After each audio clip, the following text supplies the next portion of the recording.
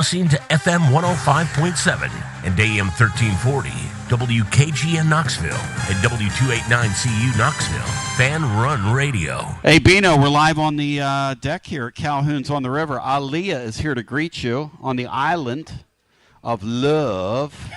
She and I were just going back and forth over the great Donnie Iris song. Are you familiar with Donnie Iris, Aaliyah? You ever heard that tune? Here we go again. I'm not sure, Tony. I'll play it for you. It's a great jam. Beanstar, here we are. We're back again. And they're opening up this place, and they invited us down, and Mike, Brad, Kelsey, the whole gang, everybody wanted us to come down and christen this place. Here we are, brother. And I was telling our man over here that I believe the weather forecast. So usually, Bino, in July, what am I walking around in?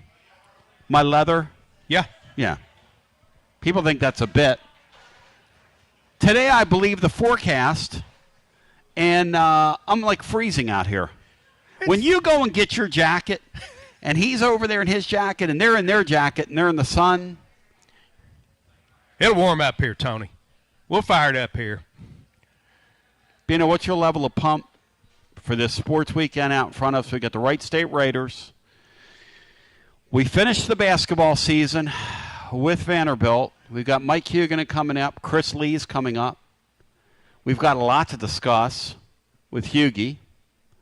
There is a move afoot to try and get all these teams in a 138-team umbrella. The Athletics wrote a great story about it, or written, I should say, a great story about it. And college football is going to play games in London's Wembley Stadium the next 3 years. This is wild. This is wild, Beanstar. Yeah, it should be an absolutely great weekend here on campus, Tony.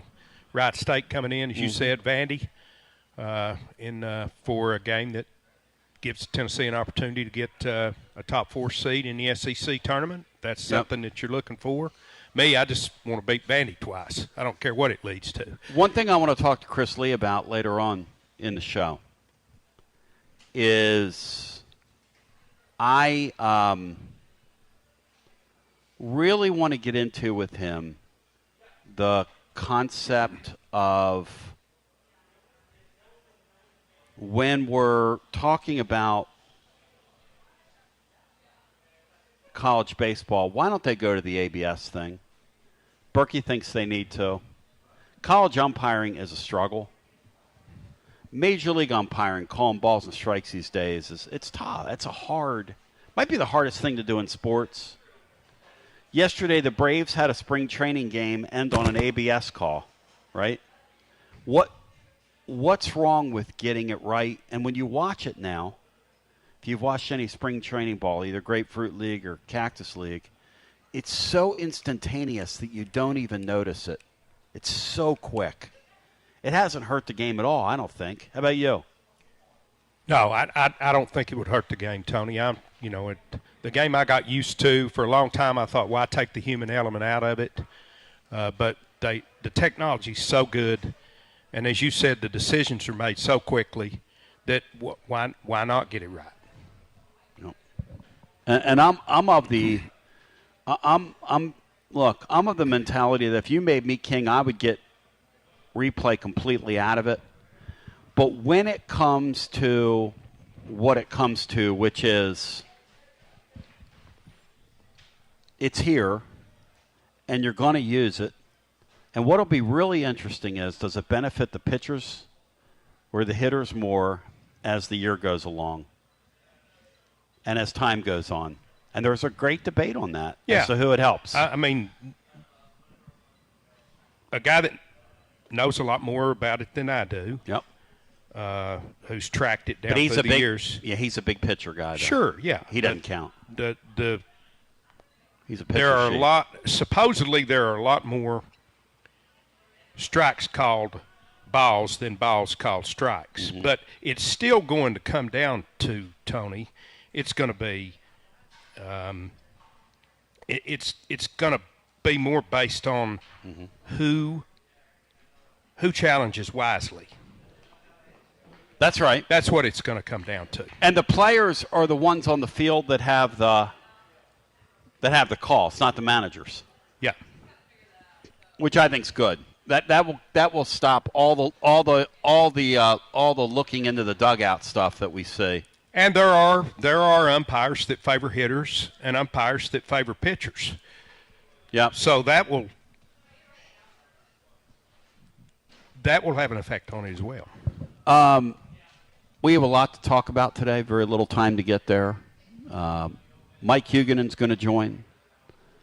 Boy, the Lady Vol thing, which I encourage the listeners to, whether you liked it or not, that sport, to start watching it, because I just sensed that a train wreck was coming. I had no idea. I've never heard of a player being not welcome in a locker room after a game. You ever heard of that? Collegiate level? I'm sure it's happened, Tony, but it's very, very rare. And for that franchise that they have down through the years, and then you think about that they have a top 5 payroll in their sport, for them to lose 7 straight games, what would you think the statistical probability? Alabama hasn't beaten them, Bino, in the tournament since 1984, Bino. 1984, Bino. I had a full head of lettuce and was sleeping through the night back then, Beanstar. If you smell what I'm cooking. Yeah, this is going to be a historical struggle for Lady Vol basketball. And you know, Tony, I just barely follow it. If I follow it you don't at all. follow it. But right.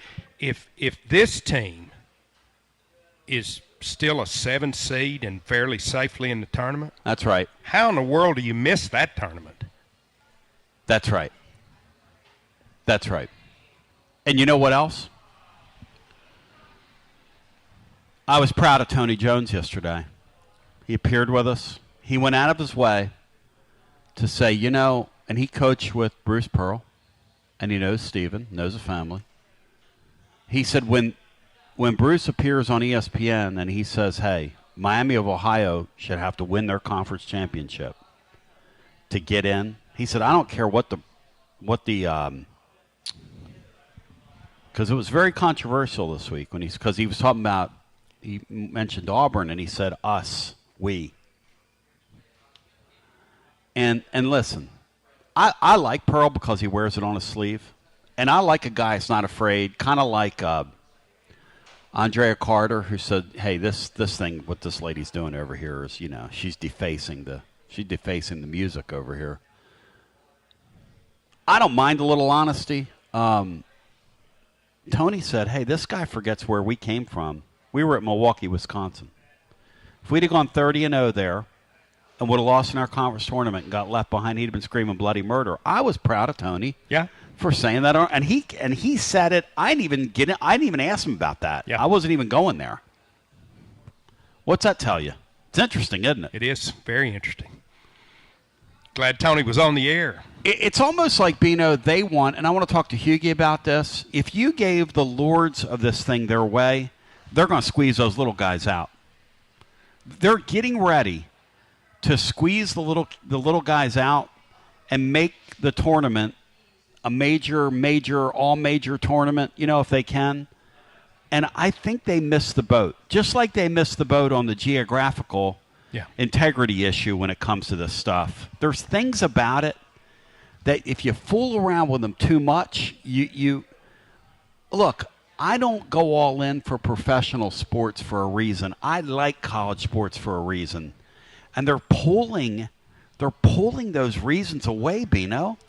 Well, they will absolutely destroy the beauty of the early rounds of this tournament. Yep. If they do away with the little guy, because that's the biggest part of the beauty of the early rounds to me, is that they have that opportunity to play against the bigger teams. And at the end of the day, It just, I don't know.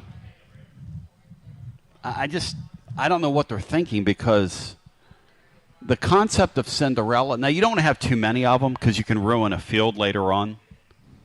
But a couple of them each year that just kind of come out of nowhere and make a run, or every once in a while an Ivy League team will beat somebody, and just something like that. Or somebody with no budget, like that one year Maryland, Baltimore County beat a 1 seed. That came up the other day on the air. Those are things. I can still remember getting on the phone with Mark Griffin 30 years ago when Harold the Big Show Arsenault put North Carolina out. He had 47 in a game. Couldn't miss.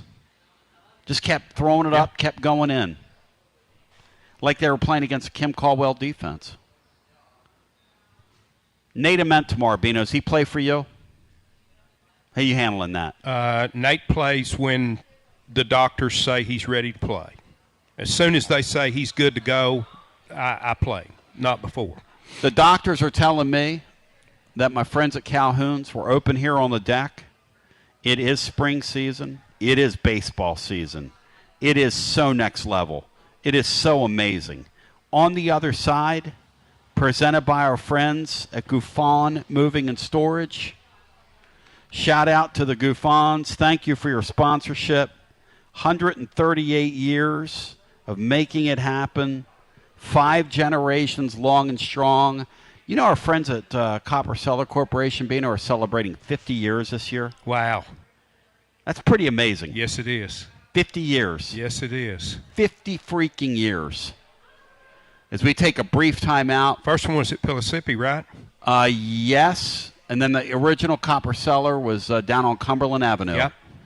As we take a brief time out, the halcyon days, my friend. As we take a brief time out and come back with more right after this. When it's time for your next move, you want to get your precious belongings from point A to point B with your peace of mind intact. That's why you need to call my friends at Griffin Moving and Storage, East Tennessee's moving legend. Griffin Moving and Storage has been helping East Tennesseans move since 1887. That's 138 years, 5 generations. That's even longer than the Dooley, Jones, and Pruitt era combined. Griffin Moving and Storage are pro movers, serving Knoxville, surrounding areas, and interstate moves too. Both residential and commercial, and we'll provide you with personalized service that other corporate movers simply cannot. We know how to move all types of items. We pay careful attention to our clients' valuables. Your satisfaction as a customer is our absolute priority. As the oldest continually owned and operated family moving business in the United States, when it's time for your next move, it's Griffin Moving and Storage. And storage, it's secure and vaulted. Our newest offering of commercial storage logistics, we offer receiving, storage, and delivery services for all your business logistic needs. See more at Griffin.com. That's Griffin.com, or check out the link at tclub.team. When it's time for your next move, East Tennessee's moving legend, Griffin Moving and Storage. Life never stops moving. And between the 30-minute commutes, daycare pickups, weekly soccer practice, Tuesday night yoga, X number of coffee runs, and that weekend trip to Grandma's, you're racking up the miles. What you need is a tire that can keep up. A tire designed for doers. A tire that's going to last. Like the exceptionally long-lasting Michelin Defender tire. With an 80,000-mile warranty and the safety and comfort you expect, you can forget all about the miles ahead and focus on getting to your destination or conquering your to-do list. Fleet Tire, I-275 exit 1B at East Woodland Avenue in Knoxville. That's Fleet Tire, I-275 exit 1B at East Woodland Avenue in Knoxville. Fleet Tire. Inward Half is committed to the game and the memorable moments that happen in between. From the tee box to the tailgate, from the green to the big game. For the first birdie with Dad, the first big win with Mom. Friday night lights, Saturday superstitions, Sunday traditions. Fall into the comfort and unparalleled performance of Inward Half. This fall, enjoy the walk-in. Are you tired of hiding your smile because of crooked teeth? At Knoxville Smiles, we've got the perfect solution. Invisalign. No metal, no wires, just clear, comfortable aligners that straighten your teeth without anyone noticing. Eat what you want, smile with confidence, and see results in as little as 6 months. Call us today for more information about Invisalign, 865-539-1776, or just visit us online at knoxvillesmiles.com. Smile brighter with Knoxville Smiles. Fan Run Radio, where Big Orange Country comes to talk sports. Start your morning off with your daily dose of talk sports with John Reed and Cody McClure from 8 to 11. Then it's Tony Basilio from 11 to 1. The Playbook with William Pattison from 1 to 3. And The Drive from 3 to 6. It's 10 hours of hard-hitting local sports radio every day. Out-of-town law firms have been swarming into East Tennessee lately. From Memphis, Chattanooga, and Birmingham, they've stormed into the area. Wouldn't you rather do business with a local firm? You know, a true neighbor. Marcos Garza and the pros at the Garza Law Firm are just that. There are neighbors and friends that support local causes year-round. The Garza Law Firm works to serve you professionally on criminal matters, injuries and accident matters, and Social Security and disability filings. The Garza Law Firm is here for you at garzalaw.com. The Garza Law Firm. Let us help. Start the new year with comfort and savings from Pipe Wrench Home Services. Tired of high energy bills and constant heating and AC repairs? Ready for a more efficient home? There's never been a better time to upgrade your comfort and take control of your energy costs. Upgrade your HVAC system now with Pipe Wrench Home Services and make no payments until 2027. A new energy-efficient system means lower bills, fewer breakdowns, and peace of mind for years to come. And with Pipe Wrench Home Services same-day service guarantee, you won't wait to start enjoying a more comfortable home. Your comfort isn't just our job, it's our promise. Upgrade your HVAC system now with Pipe Wrench Home Services and make no payments until 2027. Schedule your free estimate today at pipewrench.com. Pipe Wrench Home Services, trusted in Knoxville, Maryville, Oak Ridge, and neighboring communities for over 20 years. Same-day service guaranteed, or the visit is free. Offer good with approved credit. Some restrictions apply. Visit pipewrench.com for details. Hey, I'm Alan, and we ship floors on Bristol Highway in Johnson City. Are you tired of walking around on that ratty-looking carpet that you have? Well, today's your lucky day because we have Supercore on sale for $1.79. 58 colors we're liquidating. Supercore is the best waterproof floor with a lifetime warranty. Where are you going to find that anywhere else? Nowhere, let me tell you. $1.79 lifetime warranty. Come on down to Bristol Highway on your truck and trailer and let's make a deal.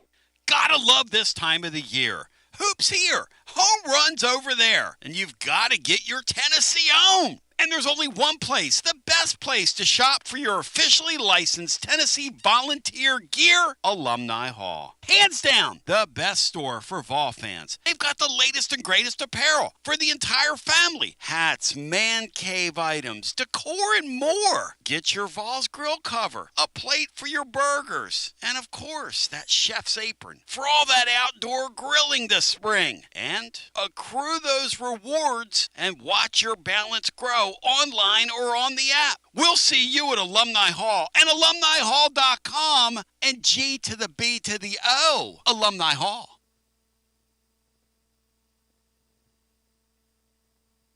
Tony B back with you, 865-200-5402. So welcome you back live today. Calhoun's on the river, where we be. It's unbelievable, Andy Mack. It's been tremendous out here. MP3 has stopped out to see us. I hear a rumor, Bino, that the Colombo kid is in town, and I'm not talking about your boy Peter Falk either. What? Marky Boy in Colombo. I hear they're going to set a dunk tank up with this warm weather this afternoon, or he's going to come out here in his skivvies maybe. When's the last time you saw Colombo before we get, well, let's go to the main event here. I think I've only seen Mark once. Oh, he's... At Roger's birthday party, I think that's the only time I've seen him. He's an absolute character. Griffin Moving and Storage presents the great, and you bow thy head when you say thy name, the great Mike Huguenin. Hughie, how we doing, brother? Doing well. Basketball regular season ends tomorrow. We've already got conference tournaments underway, so March Madness already has begun. But this is, if you're a college basketball fan, it's a 2-week Christmas. Actually, like a 4-week Christmas. I mean, this is starting tomorrow. It really gets interesting, I think. So there's no question. It's a fun time of the year. Why starting tomorrow, Hughie? Why starting tomorrow? Well, there's a conference tournament final, and it's the last day of the regular season. So I think that everybody sort of locks in from that Saturday on. I mean, yes, I think there's 6 conference tournaments already underway, maybe 7, but it's hard to find Horizon League games on TV. It's hard to find Sun Belt Conference games on TV. Did watch some Missouri Valley yesterday. But, conference final tomorrow, and then the regular season ends, and then everybody can sort of start diving in, figuring out, yes, the bracketologists have been at work and stuff, but I think that most fans, let's put it this way, a lot of hardcore fans that I know, and I count myself in there, don't really pay much attention to the bracketology shown on ESPN. And starting tomorrow, I think, is when I'll truly start looking at some of the brackets and all that kind of stuff. We all know who's going to be the 3 of the 4 number 1 seeds. We know who's going to be the 16 seeds, but I think starting tomorrow, everybody, like I said, locks in. You get in the car and you're driving for a month, and you love every minute of it. Oh, it's incredible. I mean, and I was just telling Bino, if you gave the lords of these major leagues their way, they would have the Auburns in instead of the Miami of Ohio's. And man, that would be so sad if we de-emphasize the mid-major teams. They're already getting naturally de-emphasized with what's happening with the transfer portal and the way everybody's buying people off people's rosters. But even at that, I still want to live in a world where they get a bite at the apple at the end of the year. The Miami of Ohio's, Hugh, you get a bite at the apple. Yeah, I mean, they play tonight. They're on TV against Ohio U. If they win, they have an undefeated regular season. You can look at their analytics and you can look at their schedule and say that it's not that impressive a team. Going 31-0 in any league is impressive. Think about the ebbs and flows of a season that started in the first week of November. Here we are, the first week of March. This team has not lost a game since first week of November. I think that's a pretty amazing feat. I think they win tonight, and I think if they win tonight, they basically lock up a spot because, again, if Miami of Ohio goes unbeaten in the regular season, loses in the conference tournament, well, fine, the MAC gets 2 teams. Wait a second the SEC here. Or Big Ten or Big 12 lose the team that finished 9th or 10th in the conference. Does anybody really care? Wait a second here. Bruce wants Steven in. Yeah, he said the other night. Yeah. Auburn, they have nice analytics, but you look, they're 16-14. I think they're going to be 16-15 after tomorrow. A team that finishes 16-15 and 7-11 in the regular season in its league has zero business playing for the national title as an at-large. If they win the SEC tournament, obviously fine. And heck, if they get to the SEC tournament final, maybe even semifinals are going to be in. But I think the only people who care about Auburn getting into the NCAA tournament are Auburn fans. I don't think the typical college basketball fan cares one iota if Auburn gets in or not. I think there is a lot more at stake with Miami of Ohio, and your point is tremendous. If you're a mid-major, this is a upper class laden Miami of Ohio team. How did they keep all those dudes together? That's Travis Steele. That's pretty impressive. And a lot of the teams that are going to go into the NCAA tournament as mid-major potential Cinderellas, they're going to be ravaged by the portal next year. So in some respects, I know the committee doesn't think this way, but it would be nice at one point, throw the mid-majors a bone if Miami of Ohio loses. There is, again, Auburn, 16-15, 7-11, with a chance to play for a national title as an at-large. No, that should not. Yes, they'd have to win a game in the SEC tournament or something, but that means they would go into the NCAA tournament with 16 losses, which is, come on, what are we doing here? I just don't, for the life of me, Beanstar, understand why you would want to tear at the fabric of the deal. But that's exactly what they want to do. That's exactly what Sankey wants to do. The commissioner of the Big Ten, they're wrangling over this. Going to 76 teams so we can get Auburn comfortably in the field. And I'll take what Hughie said a step further. You will turn off the hardcore sports fan from watching your regular season if you put 76 teams in that tournament. Because at the end of the day, why would I pay attention to it till there's about 3 weeks left in the season? Yes or no? No, I agree with that, Tony. I think I think you're going to steal some of the magic of the tournament if you do that. Mike, I absolutely love the one-bid league tournaments. I enjoy watching those. But next week, the other tournaments, I get impatient and want them to just get over with because I love the NCAA basketball tournament so much, and I think there's little to nothing that changes about the bracket based on a major conference tournament. So well put. I think there's still some question about the final number one seed, Florida, UConn. I know UConn beat them in November, or actually early December.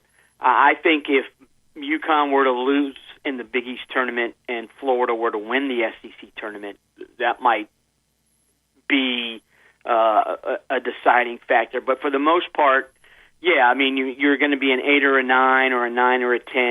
And, you lost your first game in the Big Ten tournament. You're a 10 seed. So I think, yeah, they are. They're superfluous except for the fact that they make money. That's why the conference football championship games are superfluous, but they make money. So that's why they're not going away. And I think the one thing about the small tournaments, the Big South, the Atlantic Suns, the Horizon, the Summits, all that kind of stuff. Yeah, these teams, they know if I lose today, my season is over. If Purdue loses its first game in the Big Ten tournament, good, we get more rest for the NCAA tournament.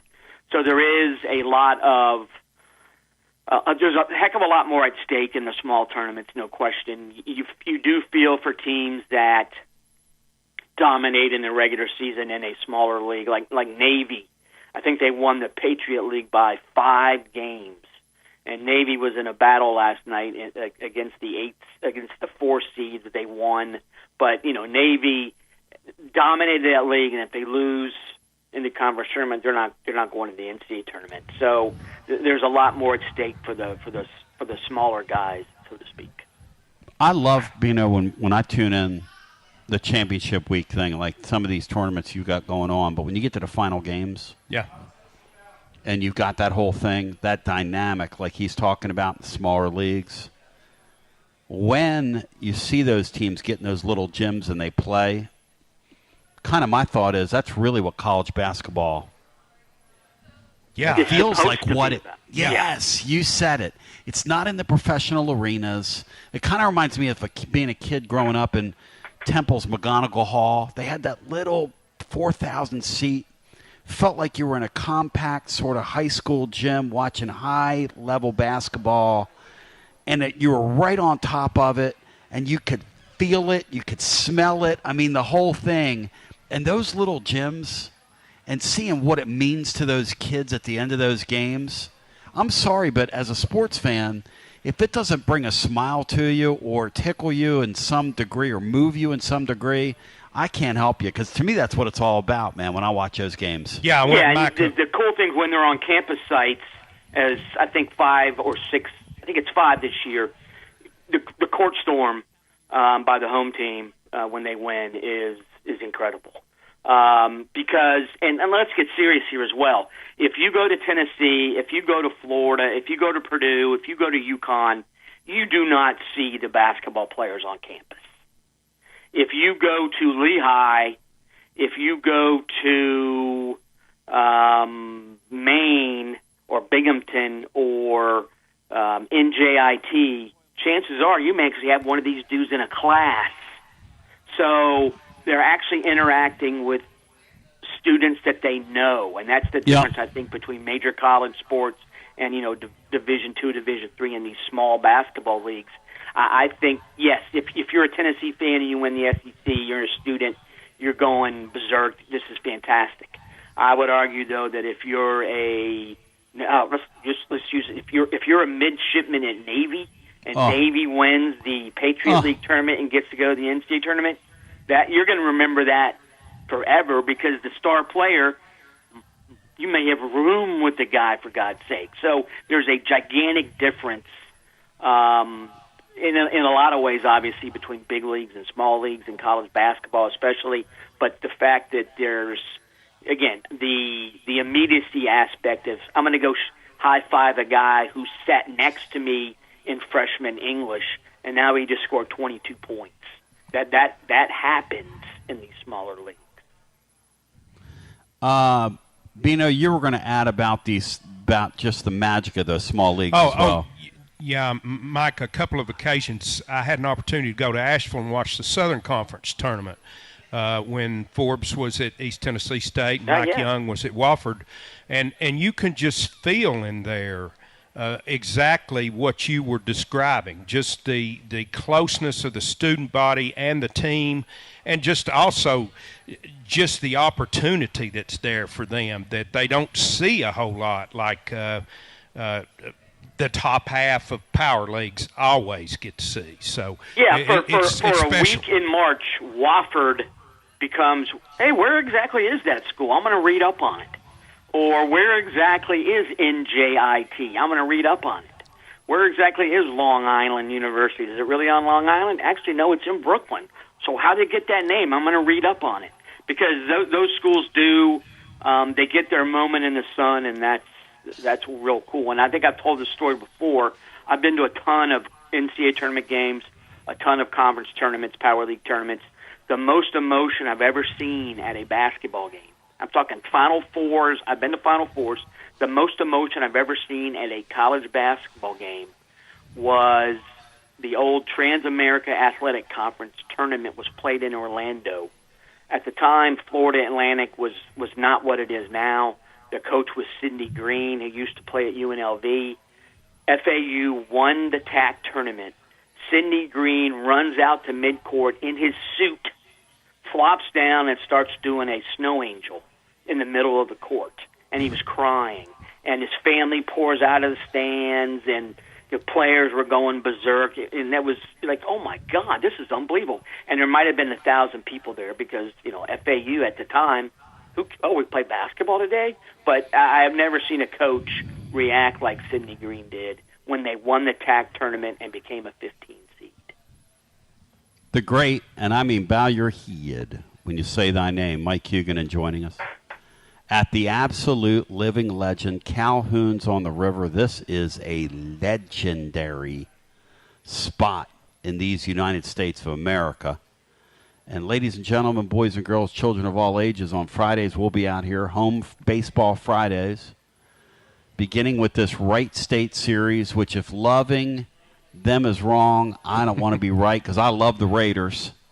I got a soft spot in my heart for the Wright State Raiders, Bino. They play that really hard non-league schedule every year, and they are always a force to be reckoned with later in the baseball season. They've got guys. They got beer league softball players. Those are some big dudes that they got stepping off their bus today, Beanstar, every year. They'll swing the bat. I think they're 4-6, but they beat Georgia one game in a 3-game series. They beat Kent State in a midweek game. They'll be a test over here. Horizon League favorites, or predicted to win the Horizon League. Hughie, and they're are also you ready? predicted. They're also the number one seed in the Horizon League basketball tournament. Cool. Beautiful. Hughie, presented by our friends at Griffin Moving and Storage. The man's range is unbelievable, Andy. Now, he's not like a big women's basketball aficionado, but Hughie, I got a little fun factoid for you here. For instance, like over at South Carolina, I talked to some people in the industry this week. Their women's NIL, is twice as much, plus about $500,000 more than what they're spending on men's basketball. And they're getting a bang for their buck because they're averaging 15,953 patrons. And on the men's side, they report 10,975. Hughie, In Power 4 basketball, there are 4 other schools where the women are outdrawing the men. Can you give me 2 of those schools, Hughie Bear? I would think LSU is one. LSU averages 10,707 for women, which is basically a sellout. And on the men's side, they average 7,139. And give me one more, Hughie. Let's see how good you are. You and Bino. This is Power 4 Conference. We got South Carolina, and we got LSU so far. I'm going to give you a hint, Bino. A Big Ten school. Had a major star player, Bino. Iowa? The Iowa men's team isn't bad at all, though. That's shocking. I know that. Check this out. The Iowa women average 14,998 patrons per game. Talk about the impact of having a superstar in a sport with Caitlin Clark. They're still drawing, whereas the men only get 11,119. Hughie, they're outdrawing them by over 3,000 a game. Is that wild to you? That's incredible. And also, getting anywhere in Iowa in the winter, if you're drawing 14,000 for a women's game, you got people driving in, and you got people driving in the snow and on ice. That's impressive. South Carolina doesn't surprise me. LSU doesn't surprise me. I think some people go to LSU games just to see what is Mulkey going to wear today? How wild is it going to be? The Iowa thing is shocking because the Iowa men's team is an NCAA tournament team. They're extremely well coached. They don't run and gun like they used to under McCaffrey, but they do play defense and they win. What are the other ones? Let me give you another one. Notre Dame. Oh yeah. For women's ball, gets 7,138, and this Shrewsbury guy, aside from just blowing up every once in a while and being kind of fun to watch with his explosions, apparently they're putting all their money in football because they're averaging 5,307. Hey, Beanstar, I just, for the life of me, when we were kids, Notre Dame basketball mattered. Oh, man. How have they gotten to the point where it doesn't matter there? I don't know. And it doesn't matter. No. When's the last time you thought about Notre Dame basketball, Beanstar? Oh. Seriously? I can't remember. Hughie, what have they just decided? Because Hughie, that's the thing the conclusion we've come to in the SEC is you can't spend on everything, like the great Matt Dixon said yesterday. Some of the schools in this league are trying, and some of them are picking like soft targets, like women's basketball. Now, I got to give Danny White a lot of credit over here. He picked a soft target in women's basketball to spend some money in. They've got a top 5 payroll in their sport, and they lost 7 games in a row to close the season. I mean, you got to really put your hands together, meet and greet, clap your hands for the 76ers. But the other one, Hughie, in major college basketball is not going to surprise you, but it's hard to believe how little they draw at a once proud program. What was the coach's name? Ralph at Oregon State back in the day, Bino, when we played them. Ralph Miller. Ralph Miller, thank you. Legendary coach back in the day. And I remember when we played Ralph Miller back in the day, and I want to say, did Gary Payton play there? Gary Payton played for Ralph Miller at Oregon State. I thought I was imagining things. Anyway, in women's basketball at Oregon State, they averaged 3,951. In men's basketball, they averaged 3,024. Did Oregon State beat us in college? Keon Rick Barnes? Yes. Keon and Springer's year. First round. Killed us. They averaged 3,000 a game. That's the year I was in Tunica watching national tournament. They're in the West Coast Conference now.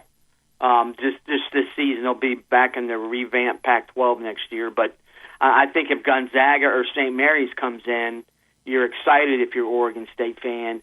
But if Pepperdine comes in or Loyola Marymount, I'm going to go study instead. So, and the Oregon State fired its coach last week, the men's coach. So that's a program that has fallen a long, long way. A long, long way.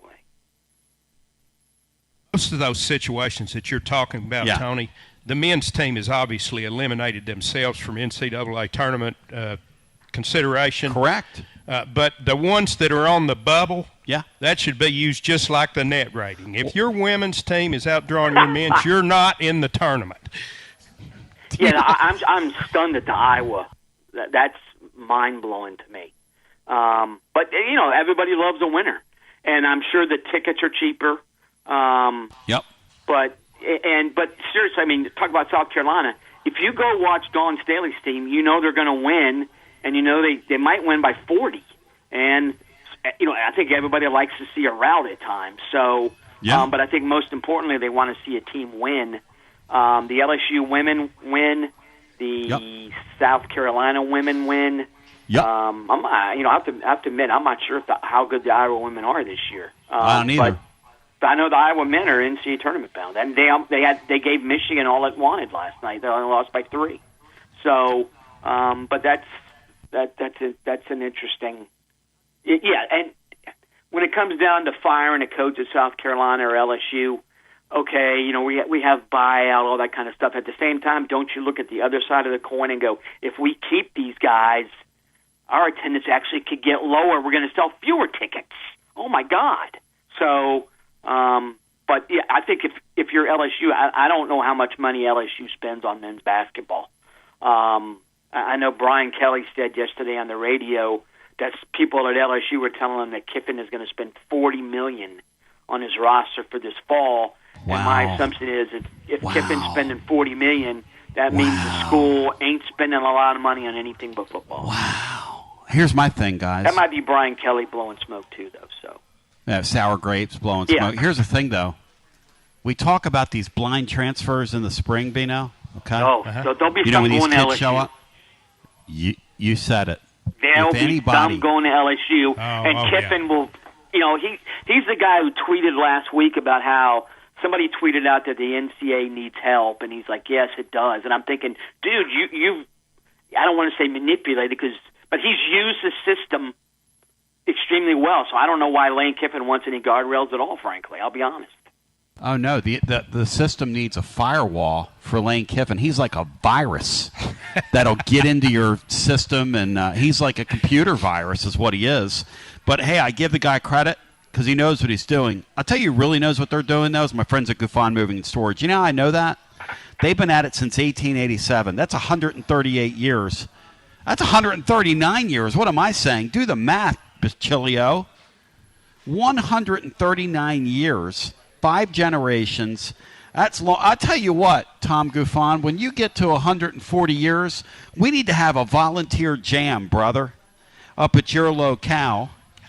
And because, look, when you got brands like them and my friends at Calhoun's, 50 years, Bino, the Copper Cellar Corp. 50 years. Think about that, Beanstar. Think about 50 years. But here we are. My friends at Griffin Moving and Storage want to remind you, because it's time for our mover of the week, as I shout out Taylor, who's 5th generation, secure vaulted storage, newest offering, commercial storage logistics. What that means is they'll do receiving for you, they'll do storage for your stuff, and then delivery. Hey, they're cutting. You don't even need to have a space now. You know what I'm saying? Okay, so here's the deal. You go on, you check them out, go to our website today, read our 3,000-word blog, and check it out at Griffin Moving and Storage. Our mover of the week, Hughie Baby, is? Cincinnati basketball. Hit it. They lose to West Virginia on February 5th. They're 11-12. Now they're 17-13. Almost an NCAA tournament lock. Their analytics are off the charts. They're in the top 30. In 2 of them, and in the top 40 in another. Wes Miller was a hot coaching commodity a few years ago. In late January, he's going to get fired, and now, no, he's not going to get fired because he's taken a team to the NCAA tournament. Plus, in that stretch, they've beaten UCF by 20, Kansas by 18, BYU by 22. All those are tournament teams as well. So Cincinnati, it took them a while to get going, but that team has skyrocketed up the analytics charts. They've skyrocketed into all these brackets, and one of their key players is Jizzle James, who was Ed Jaron James' son. And he's a really good guard who my nephew actually went to high school with, which I think is pretty cool here in Orlando. Bino. That's a fantastic mover. I love that. Love the fact that just a proud program like Cincinnati's coming back. That's the thing. They haven't been in the NCAA tournament in a long, long time. Think about when Huggins was there. You're like, oh, my God, I don't want to draw Cincinnati because they'll seal club us because they're so physical. Yep. And they really are. They won back-to-back national titles in the late 50s, or maybe it was early 60s. I can't remember. Yep, early 60s. Yep. But, I mean, that was a team that, you're right, proud basketball tradition. And, they never cared about football, frankly. They were always a basketball-first school, and they really have fallen a long way. But you got to give Wes Miller credit. Again, they were under 500 a month ago, and now they're safely in the NCAA tournament field. I'm going to tell you something, too, about what I remember the early Huggins years, Bino. We played a game here. We played a home-and-home with them. Nick Van Exel came in there, Jim. See? One of the coolest college basketball players of all time was Nick Van Exel. Those teams were literally street fight tough. Yeah. And they beat us both times, which isn't really surprising. That was the Wade Houston years, but it was so fun. And Cincinnati was a huge brand back then. Yeah. Yes, you were. In the sport. Yep. Huge brand. The old Metro Conference. And they had, Kenyon Martin. I can still remember they were in, I think, the Metro Conference tournament, and Kenyon Martin broke his leg, and they went from, they were going to be a sure number 1 seed. I think they fell to a number 2 and lost in the second round. But they had a bunch of extremely physical players go through there. I remember the Dontonio Wingfield saga. He was a kid from Macon, Georgia, who was who had a tough background, to say the least. And I think he ended up getting kicked out. But, Nick Van Exel, and the word swag is overused. But, man, those Cincinnati teams back then had so much swag. I'm so glad they were rock stars coming into the arena.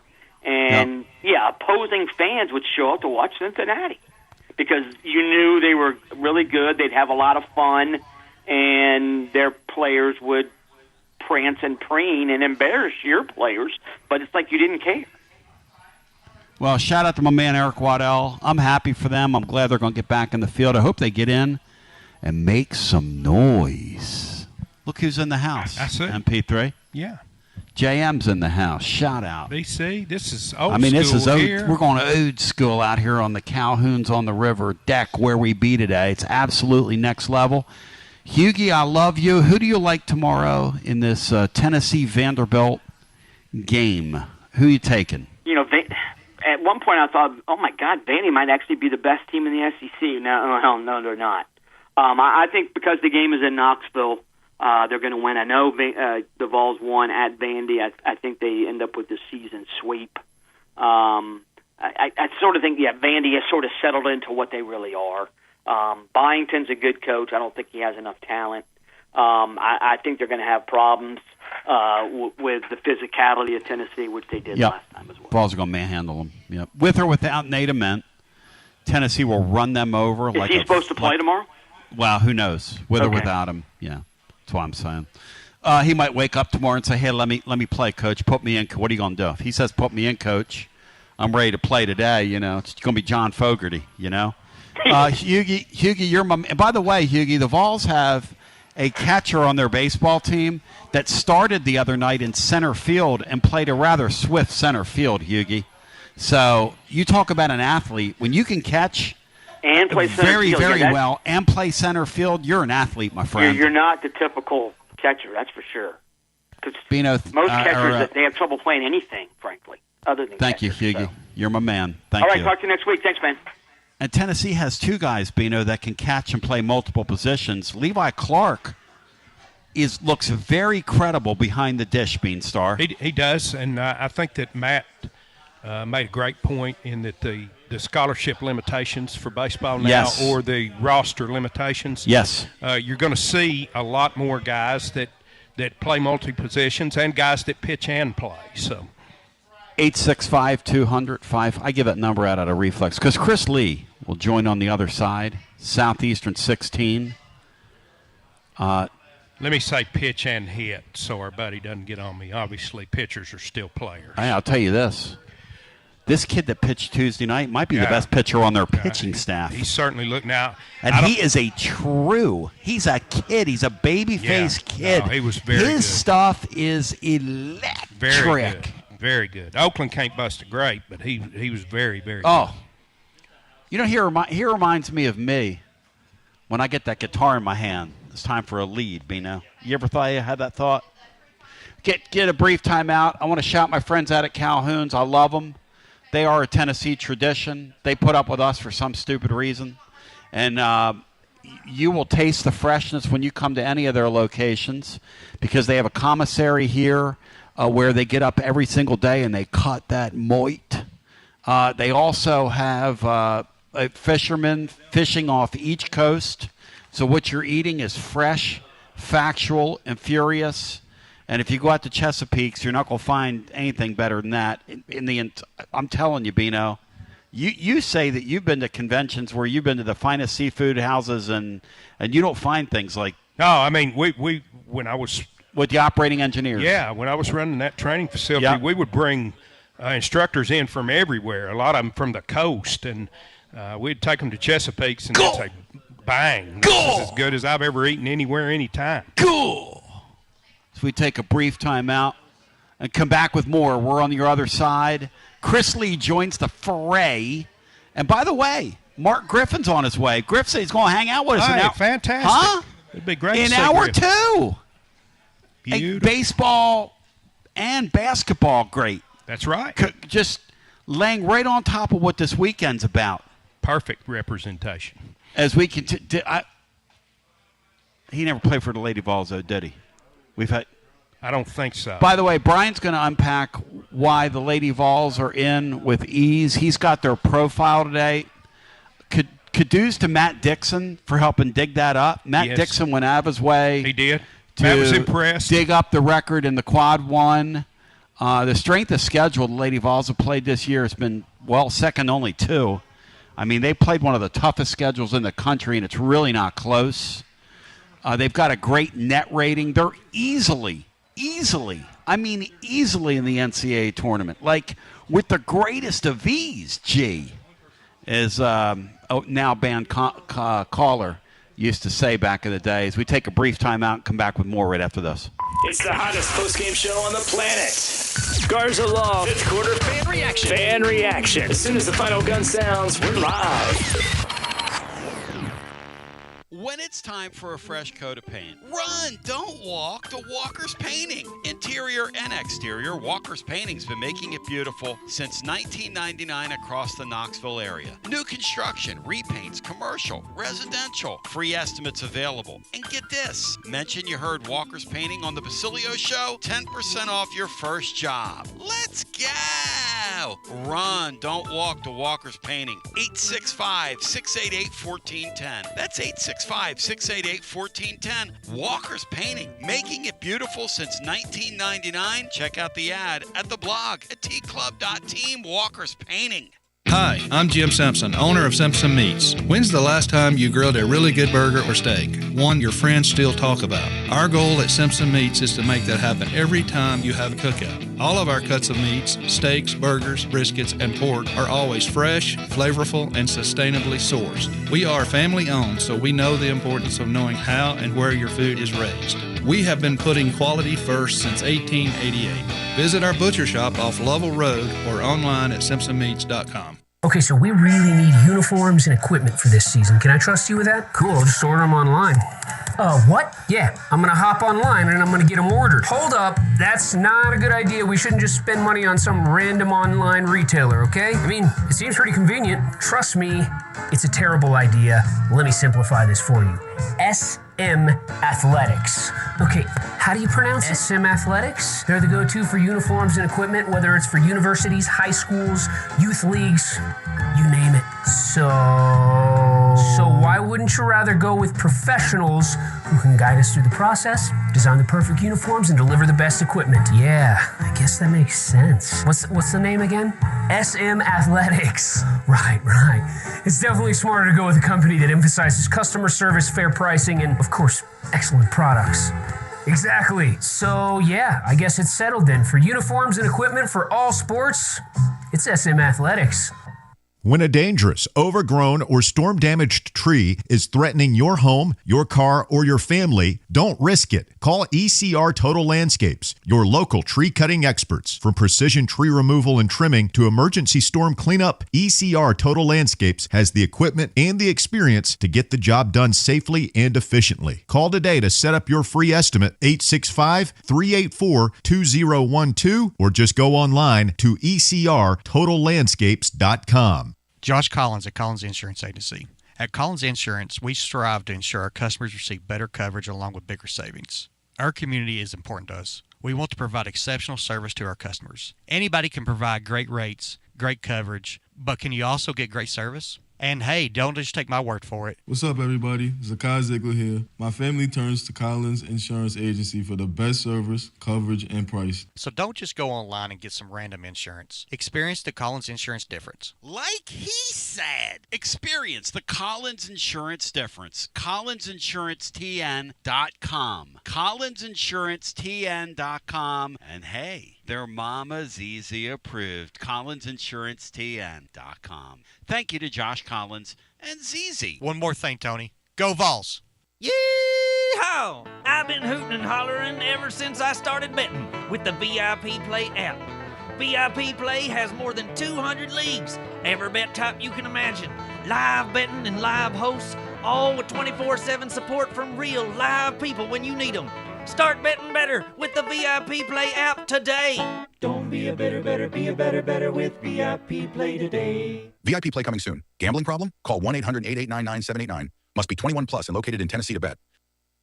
Achillio here, and you know my friends at Carnes Motor Company started with a dream over a quarter century ago. I met Rob and Brian back when I still had hair, and they were working at a huge dealership in West Knoxville. But they told me back then they wanted to sell cars on their terms, and I wanted to do radio on my terms. Their terms, just like my terms, are ultimately your terms. In both cases, you're the winner. A Car Guru's National Award winner with a 5-star rating on all sites, just like our Vols. Everything about buying a car from Carnes Motor Company is no hassle. They specialize in high-quality pre-owned vehicles between the $5,000 to $25,000 range. And if you need to sell a car, they'll either buy your car or they'll help you sell it. Carnes Motor Company also has a top-notch service department. Therefore, every vehicle is rigorously inspected and serviced prior to delivery. So you're guaranteed to get a quality pre-owned vehicle every time. If you need a place for service, they've got you covered. Come be a part of the Carnes Motor Company family and tell them you heard about it from me. Online at carnesmotor.com. Oak Ridge Highway, 1 mile past the Carnes Light. Carnes Motor Company. From the sunrise over the Smokies to the Saturday cheers at Neyland Stadium, Knoxville isn't just where we live, it's home. But let's be honest, finding your perfect spot in a hot market can feel like a full-time job. Whether you're looking for a Craftsman in 4th and Gill, a family home in Farragut, or a view in South Knox, the market moves fast. You need more than a listing. You need an edge. And that's where I come in, Jennifer Morris with Keller Williams Realty. And I specialize in helping Knoxville buyers win. I don't just find houses, I find the right fit for your budget and your lifestyle. Ready to unlock your front door? Visit nextmovesmokymountains.com or call me at 865-694-5904. That's nextmovesmokymountains.com. And as always, go Vols. You're listening to FM 105.7 and AM 1340. WKGN Knoxville and W289CU Knoxville. Fan Run Radio. TB back with you. Another hour here on Fan Run Radio. Then we turn it over to our man, the myth, the legend. But in the meantime, we've got a lot to get to and very little time to get there, as we've got one more game in the regular season before we shift things down to Nashville. And again, Beanstar, I'm not sure, as we were saying, as we're live at Calhoun's on the River, what these tournaments mean anymore in hoops. But Chris Lee can help us sort all that out because it's a busy weekend in the SEC. Chris Lee, que pasa, amigo, as I welcome you in. And what do you think of, you told us, you put it on the front burner, what was going to happen with that Collins deal, and it came to a head this week. That's kind of the worst of college sports in this era, is it not? Isn't that sad? I mean, excepting stuff that happened at Cal State Bakersfield this week, maybe. Yeah, it's pretty close. Take us under wings on the Bakersfield thing for those that got by. You didn't see that? No. Yeah. Well, if you're, I won't get too graphic, but. Oh my gosh! Bino just told me. Yeah. Bino, I will kids. let you. If Look you've it up, seen kids. the headline now, yeah. They got the Godfather from WWE's Attitude Days out there. Okay. They just thought coaching wasn't easy. By the way, shout out to shout out to Justin Carpenter and his lovely bride who are here today, and all the folks that have supported us. We're very happy to see all those who have supported us today, as we're live with the great Chris Lee, Southeastern 16. And Chris, I didn't mean to go there with you, but let's go back to the Vandy thing and that kid. Look. How can that not be an absolute disruption? And I'm watching some of the things that go on in sports now. The Lady Vols had a gal that they wouldn't even let on the team bus last night, Talisha Cooper, because apparently she said something pretty untoward to the head coach. My sources tell me she said something to a head coach that you just cannot and do not say. But now we're in an era where these big money kids, they're in charge.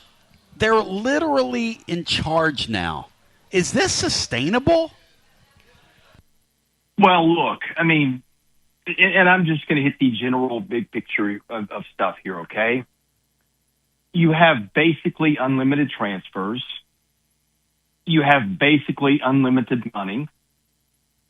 You have, we've had sports gambling scandals. I mean, and that's just the stuff that I'm thinking of off the top of my head, right? Like you have this whole mix of things that were not in play 5 or 6 years ago. And like they all hit pretty close to each other. So like just the time you have a chance to adjust to one, you have all these things and they don't add, they multiply, right? In terms of the complications they cause. Well, that's exactly right. And the ripple, like it's almost like once you cross the Rubicon, it just keeps coming and coming. Let me, like this, okay? The Collins kid is the first that I can think of that said, hey, I'm at 9 games, that's it for me. But he won't be the last. There will be copycats of that next year, Chris, yes or no? Yeah, I mean, of course there will be. And I don't understand the distraction that's got to exist within the Vanderbilt deal. Their start was so good. He was integral to that, obviously. How much of a blow do you think that was to their momentum? I mean, if Frankie Collins is playing for them and doing the things that Frankie Collins can do, then obviously it's a loss. But I think he had become a bigger distraction. And I think just now that he's gone, I mean, he was literally selling his furniture on, Facebook Marketplace or something this week and getting out of town. So I just think that had been, I don't know directly, like exactly how that went down in the locker room, but I just remember the Oklahoma game. People talked about how he came out after the starting lineup and was sitting on the bench and dressed in street clothes. And a lot of just people said, man, they looked distracted and something felt off that day. And an Oklahoma team that had lost 9 games in a row beat them. I don't know how much of that was true and how much of that was just license and people wanting to explain this or that. But I suspect it's more true and there's probably pieces I didn't know.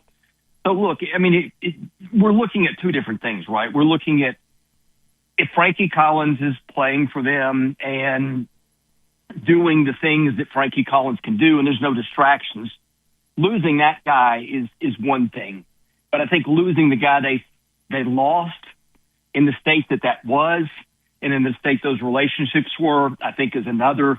And I think that's probably an addition by subtraction.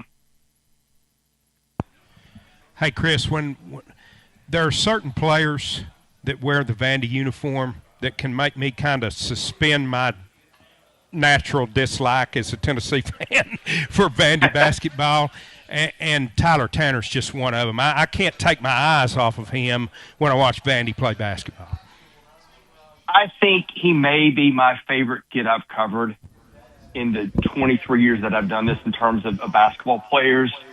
I mean, here's a day and age where I just named all those things, and here's a kid who's local, appears to be pretty loyal, may or may not get drafted this year, may or may not come back. But, I mean, here's a guy that, when you watch Darren Peterson at Kansas and all that is going on there, and I know that he and Tyler Tanner are completely different levels of prospects, so don't read anything into it more than what I'm about to say.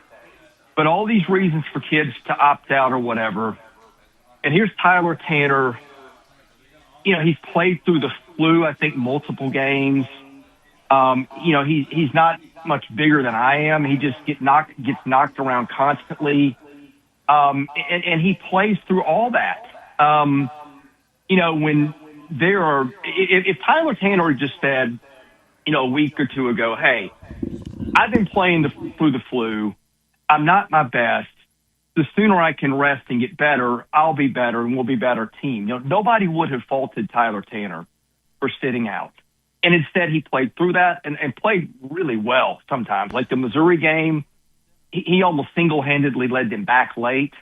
He almost single-handedly won the Ole Miss game the other night for them, although I think he's healthy now. I don't think the flu was a factor there. But the point I'm making is not only is he playing well, but he's played through a lot of, some stuff for sure that if he said, hey, I need to sit it out and get well, nobody would have blamed him. And then there were kids are finding pass outs for those spots. He took the other road. I'm glad that Bino brought him up because here in Knoxville, this Nate Ament is a delight. Yeah. It's a very easy thing for fans to look at a kid and say, look at the money he's making. And there's that jealousy, there's that class envy. I get all that. We're all humans. But here's a kid who was hurt going into the Vanderbilt game, was not himself, never made an excuse. Rick Barnes is so hardcore that he came out and basically said the kid's got to be tougher, this, that, and the other, when he knew he was dragging a little injury around, which you got to love that about Barnes, right? We love that about Barnes. Yeah. But Nate Ament tried to go out there and play the other night after he got literally bent in half. I mean, he got bent in half. And when he jumped up in the air, his ankle, at that point, he realized his ankle was more compromised than he thought. You could see him come down and gingerly walk off the floor. I'll say this to anybody listening right now, because I don't understand our fans at times, and I don't understand fans at times, but this guy is a lottery pick, and he wants to play tomorrow. Now, I don't know that he's going to play tomorrow. I don't know what they're going to do, but he wants to play. How many guys in his position, Chris, would be trying to get in that floor, get on the floor tomorrow? I don't know, but as the Peterson situation has shown, it's not, it's not zero. And just kind of an aside, it's a rivalry. The sides are supposed to hate each other. I think this is kind of at a place where I'm hoping both coaches are here. I know Barnes isn't going to be at Tennessee forever, and Byington's, probably going to have some offers after the year, I would think. I mean, if you're paying attention, he's a guy who is taking programs from where they were to much, much higher places. But they're both guys that I really like and respect. You watch the way the teams play. You kind of get a little bit of a feel for the kids. I mean, you would know better than I do, but I feel like Barnes recruits really good, solid kids. You're going to get a bad apple every now and then. And, Vanderbilt had one in Frankie Collins and maybe a couple of guys last year that were a little bit of cancers. But, he was in a spot where he just had to take what he could get because that program was at rock bottom and got into the tournament in 1 year, made some pivots and went on. But I just think, take your fan glasses off or whatever. You watch these coaches, you watch their players. Yep. And I think both teams, are just easy to root for and very likable. And I think a lot of that stems from who's running each of the programs. Mark, the great Mark Griffin's here with us now, popping in. Hey, Griff, as I bring you on, I got Chris Lee here, Southeastern 16. And, Griff, you wore the uniform here, but you've been a mainstay in the summer circuit. And we're seeing this now with Kim Caldwell here, but all these coaches are now forced to make decisions in this transfer portal era. How much am I willing to put up with? How much of like with the Collins kid, you know a guy like that's kind of a vagabond, but you're at Vanderbilt, you need players. I know you've got a great deal of respect for Byington. Yes. I don't blame a guy who says, hey, I'm going to take a flyer on one guy here. We're going to give this guy a chance. You almost have to if you want to compete in this league, don't you? No, you do. You look at that risk-reward ratio and like relationships you get into of people that have had a past. You always think you can fix them. Yep. It's no different in coaching. You take on these kids and you think, okay, you've done your research, your staff's done the research, you really vet their past through their travel ball coaches, high school coaches. You may even get into their middle school coach. But a lot of coaches, I'd say most coaches think, I can fix this kid because I've had success in the past. And with Collins or any others or here any of these particular Lady Vols, you think, you can come in and make a positive impact off the floor. And that's very noble. Not enough is talked about that for the ones that are successful. But you're going to have bad eggs, we call them. And that's unfortunate. What's really unfortunate, and I just got to hear the end of the Collins conversation, but for these young men and women that are playing college basketball, the time flies by so quickly. And, when you play 4, 5, I don't know, basketball 6 years, it still flies by quickly. And then it's like you wake up in the morning, it's like, what's next? I was talking to someone today about that, the transition from putting on a uniform to putting on a business uniform is tremendous. And most kids don't understand that fine line of the time that you have to make a difference in school and try to change your future while you're there versus feeling like something's owed to you. Well, one other thing because Chris brought this up, I know you were at the game at Vanderbilt. You lived in Nashville. You live here now. But Griff, you said, and I want your thoughts because Chris talked about this, I sense that there's a level of respect between those two programs. I sense that Barnes, and you know Rick pretty well. Yeah. I sense there's a level of respect toward Byington, toward Vanderbilt. There is those two teams tomorrow when they get on the floor are going to bring out the best in each other, I guess is my point here. No question, and I think it's really healthy for us old school people that go back, and even, I played in the 80s, but when you go back to the F Troop in the 70s and Vanderbilt's history of being really good in the SEC for years and the rivalry that's occurred over the last, 50-plus years, it's just really healthy. It's a healthy rivalry, a huge game tomorrow for both teams. And you're right. I think that Byington is very respectful, and I cheer for Vanderbilt, Tony, when they're not playing Tennessee. Isn't that crazy? I want Byington to do well. When's the last time you could say that? Never. And I visited Vanderbilt. It was one of my 3 schools that I visited when C.M. Newton was the coach. Yeah. And ever since then, I wanted Vanderbilt to lose. Not as bad as Kentucky, but right there with them, and really glad to see what Byington's done in such a short time. Yes. And it does start at the top. When I see him, I just see someone that's got a lot of character. Yeah. The way he carries himself, he's in the community. I see him at Starbucks. It seems like every time I go to the Starbucks right off campus, he's there. And what's neat is he's well known, but he's not like, a country music star. Not superstar. He's not a superstar. Yeah. But that's not what he wants. I think that's not what he's preaching is the me. He's more, I would say, others focused, trying to build a program the right way. And what a great city to do it in Nashville. And what a great educational program that they have if guys will stay there 4 years.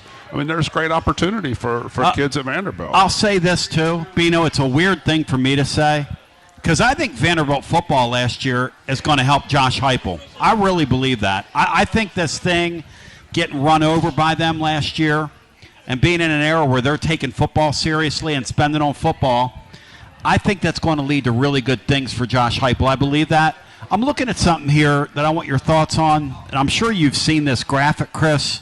The men's football, men's basketball combined for SEC teams.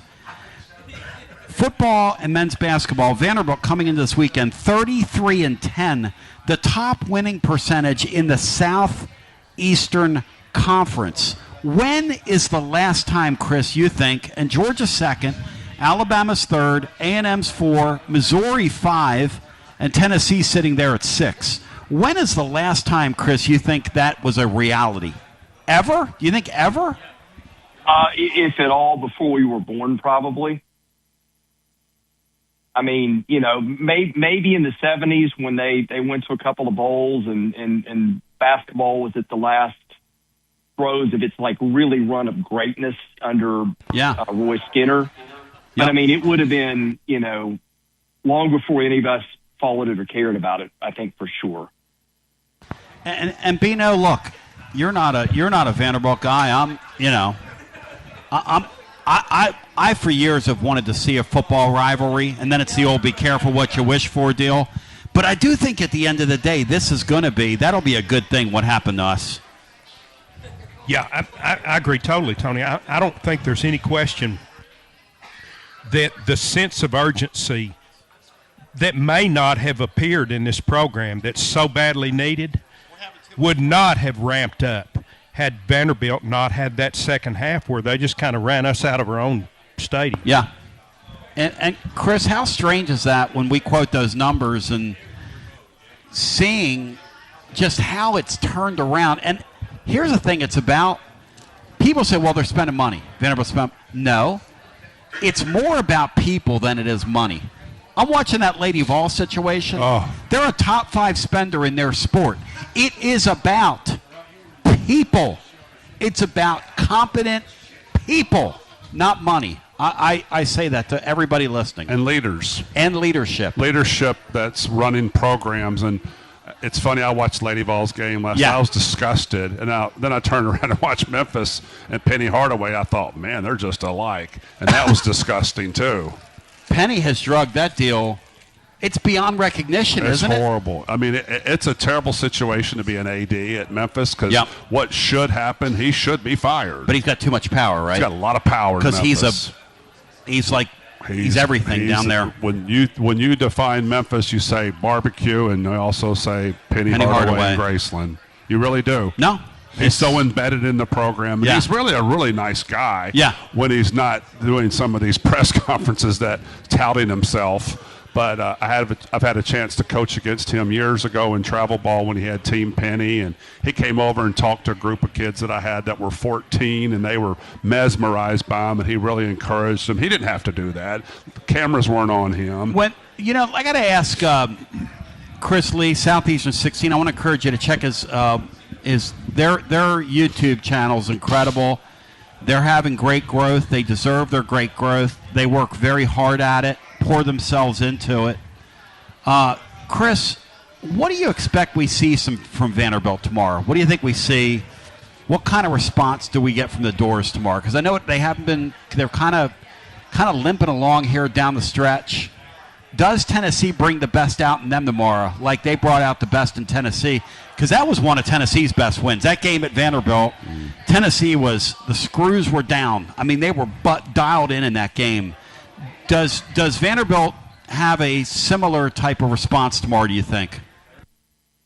Before I hit that, I wanted to hit something you hit just a second ago about the money and but about the people. I would nuance it and say it is about throwing good money after good coaches and good leaders is the way I would say it, because Clark Lee, I think, is a really good coach, but he had no chance, when he's a couple of years into his career, they had decided they weren't going to play the NIL game. Once he got some money, it's looked different. But tomorrow, I think I said on your show, I think you asked me for a pick the first time around, and I took Tennessee. And some of that was just because of the uncertainty around Miles, who wound up playing.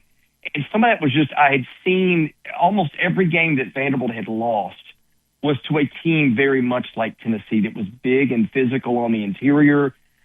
Not only does Vanderbilt struggle to grab rebounds in those spots, but also a lot of their big guys foul out.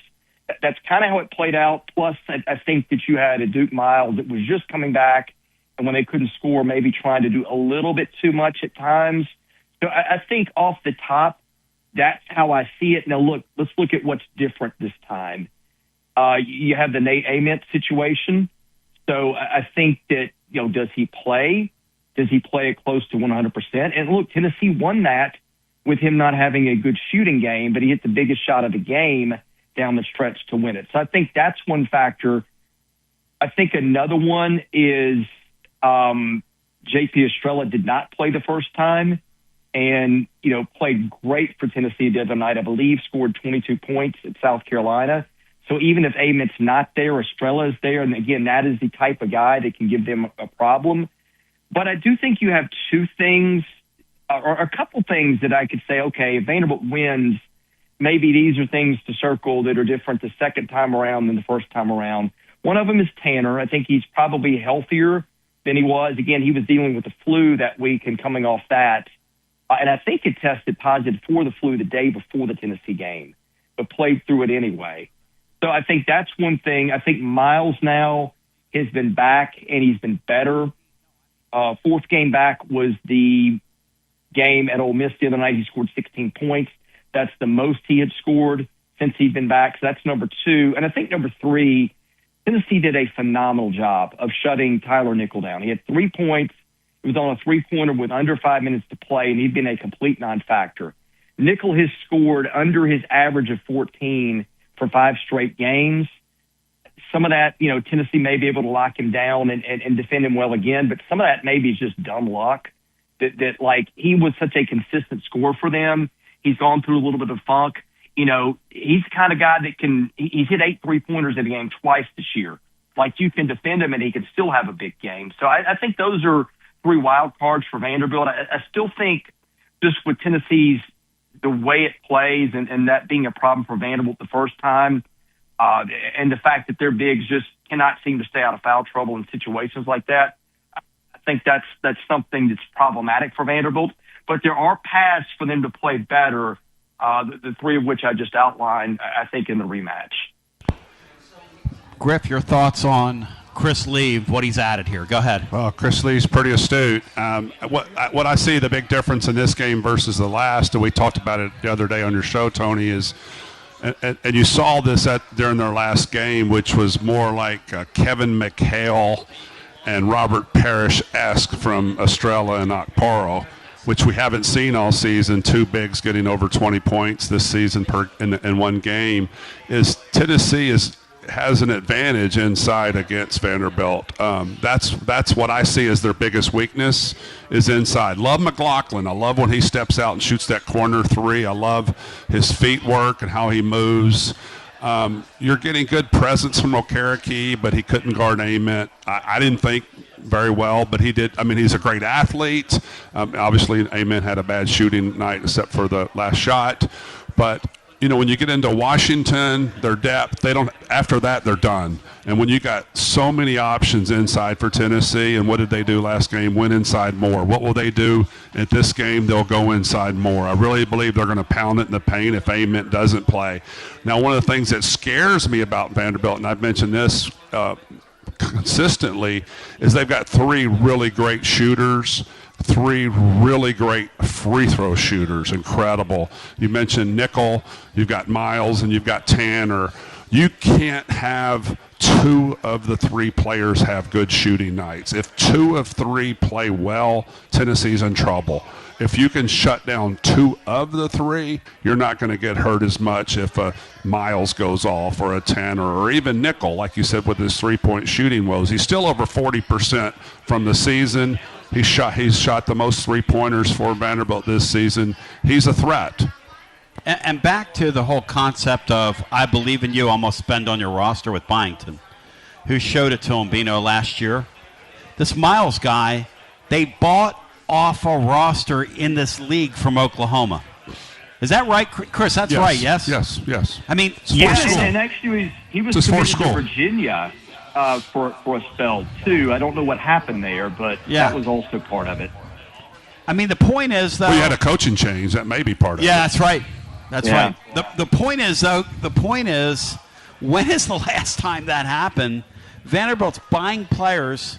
And listen, the Byington guy, I'd spend... If I was involved with Vanderbilt sports and I wanted to win, he's got credibility to me. Absolutely. You better lock him down long-term contract. Are you? How worried are they that he's going to, that he's so good and so young and just all that stuff? How worried do you think they are, Chris, about him being a flight risk? It depends on who you talk to. Their NIL situation is kind of complicated. I've heard the sunny side up from people. I've heard the concerns from other people. I feel like they've been able to piece it together kind of privately and maybe get to where he needs to be. But I think the spring will tell us. Either he puts together a really good roster again, maybe even a better roster, or he bolts. I mean, there will be other jobs. If an Ohio State or something like that comes up, what's his willingness to bolt to what's probably I think a better job, or does he wait? If he wants to leave, does he wait for a Kentucky or somebody like that to open in a year? If it does, I mean, I think to me, it kind of depends on who you talk to, but if they're smart, I think they are trying to lock him up quickly because I think he's a pretty good fit here. He's easy to get along with. They've got, I know facilities aren't the big thing now, but they've got a practice facility that he's gotten to use now, that's supposed to be second to none, and the city and all the things that come with Vandy and Nashville. So it's a good situation. Is it a great situation? I think we'll see how the offseason plays out. I think that'll tell us a lot of what we need to know. Chris Lee, how's it play out tomorrow? What do you think? You of Southeastern16.com. And what do you think about the rest of the league? I want to ask you this before you leave, before I get your prediction on the game. Does Auburn, in your opinion, you cover this league, does Auburn have a profile that they're in the NCAA tournament, in your humble opinion?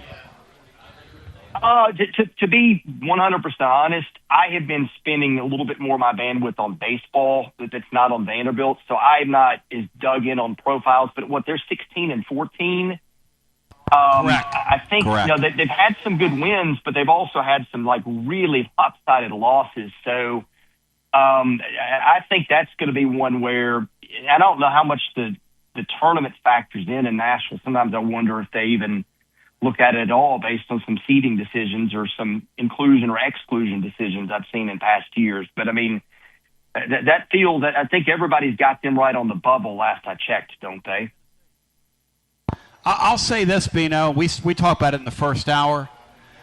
The concept of if Ohio loses in their conference tournament, Miami of Ohio, and if they win their game tonight and go undefeated and lose in their conference tournament, the concept of one of our lesser teams getting in ahead of them is not going to sit well with me. That's what they're doing, by the way, to the sport. No, we all agreed with that. I think middling power conference teams should not go in ahead of really good mid-major teams. Do you agree with that, Chris? I'm split on that.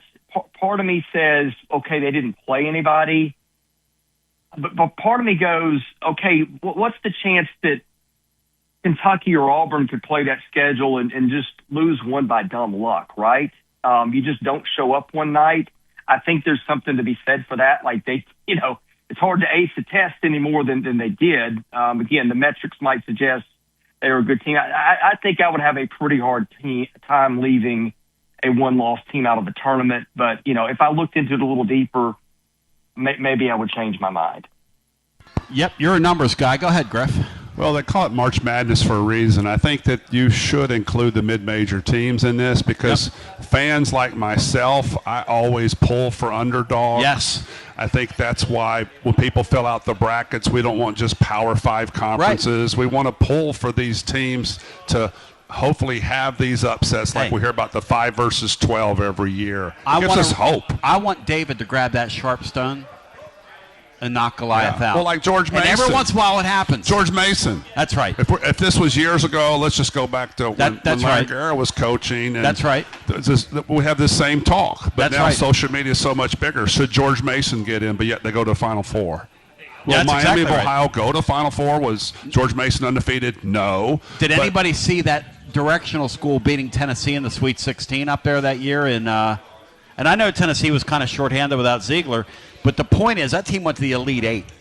Whatever they were, Florida, Atlantic, whatever they were. Yeah. I mean, that kind of stuff, just, we got to continue that. I mean, Chris, I think Miami of Ohio's definitely going to struggle with major power size when they get into the tournament. I just think that their body of work is more deserving of being in there than Auburn's. I agree. Chris Lee, tell the living listener where they can find you. I love you, and I appreciate you like no other. Hey, well, thank you. You're always very kind and always enjoy coming on your show. I think your questions are great. It's always a fun discussion. Of course, I run Vandy247.com and the podcast associated with that, and also Southeastern 16. We do football, baseball, basketball. I'm wholly engrossed in baseball right now and not really involved with coverage of the other two, but have been at times. We have designed it as a spot for the SEC fan to go and say, okay, how do these teams all stack up against each other in those three sports? And I think if you're just looking for that 30,000-foot view, you're always going to get coverage on your favorite team better than we're going to provide it. But that's not what we're there for. We're there to tell you how the whole league is doing. I think we've done a great job at it, and so that's the other thing that I'm involved in. Let me ask you this about the baseball team, the baseball season this year. How do you rank this SEC versus past SEC since you're studying it closely? Oh, gosh. I thought last year was just an all-timer of a year. I was shocked when they didn't get more teams in Omaha. I thought it might be a year that they got 6 teams there. It just didn't happen. The draft was pretty good. The year before was phenomenal, too. That was a Jack Caglione, Charlie Condon, all those guys. Of course, Tennessee and A&M are your last 2 teams standing. I don't know. I mean, it is chock full of stars again. You got all kinds of guys and, first-round picks. Tyler Bell at Kentucky's, going to be returning soon. LeBron at Alabama.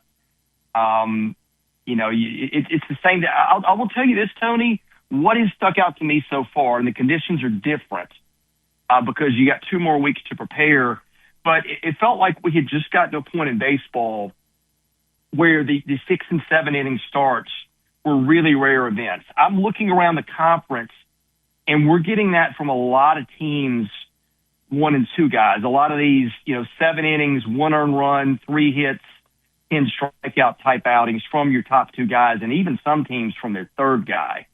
The pitching depth at the top in terms of starting pitching, and again, it's not apples to apples because of the run-out time, but that is really intriguing me. And I think those are things that are pretty loud in the postseason. So I don't know how much stock you put into that when that's rung up against, Oakland instead of LSU. We're about to find out. But that is one thing that is really intriguing me so far. I don't know the ultimate answer to your question, but that bit to me is pretty interesting, how deep this league has been in durable starting pitching.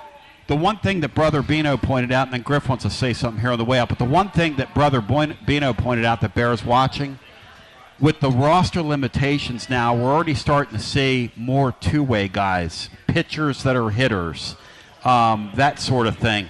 Catchers that are center fielders. Catchers that play center fielder for today. Hey, I'm for it. Del Murphy. I'm for it, guys. I'm for it. What do you think, Chris? I think it's going to make the game better. These guys have to utilize their rosters now. Yeah, I mean, it does make it more interesting. I guess you've got one in Blaine Brown. Your catcher center fielder, I presume that's Garrett Wright, who I think is just gotten healthy. That's correct. That right. Yeah. That's a big piece for them. Georgia's got one in Kenny Ishikawa. I think he has got a fractured foot. He's been out a couple weeks. Don't know how much longer he'll be out. And Georgia's played a pretty weak schedule, but Kenny Ishikawa was doing really, really well at both things. We haven't. I guess the last one, A.J. Reed at Kentucky, was the last guy that was really a stud both ways. I know Jack Caglione did pitch a little bit at Florida. It was really more of a 2 or 3 guy than a guy that's going to go out and shove for 7. So, yeah, I'm all for it. I mean, Shohei Ohtani, I think just what he's done at the major league level is kind of transformed baseball and kind of brought an idea back other than maybe an occasional Micah Owings or somebody like that. I mean, the guys that have tried it have been very Michael Lorenzen for the Reds would be another one. Those are the 2 that I can think of. They've been few and far between and unremarkable. But, yeah, I would love to see it. I think it makes the game more fun and interesting. Chris Lee, be blessed, my brother. And it's always a pleasure and an absolute blessing to spend time with you, my man. Thank you.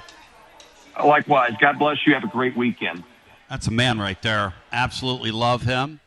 We'll come back on the other side. I want to deep dive with Griff into this Hoops team tomorrow, where they are, his thoughts on the Ament situation, just a thought on whether or not we see him tomorrow, what he would do if it was his dime and his dance floor.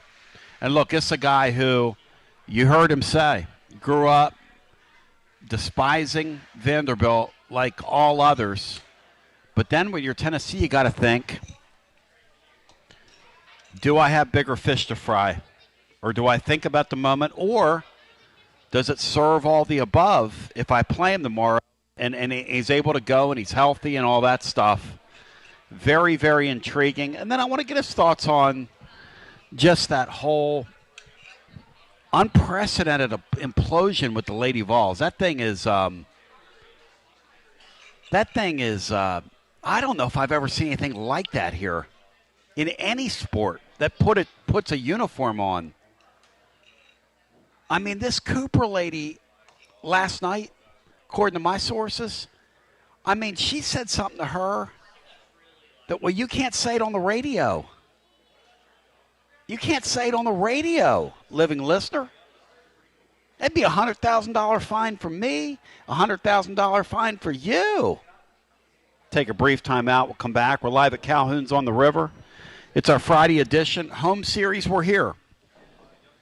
Beano Road Series, we might be here. But this is the first time we've played Wright State since that night with the shot heard around the world, which made many people college baseball fans. The big Drew Gilbert. Big Drew Gilbert. That'll never be forgotten by the living fan.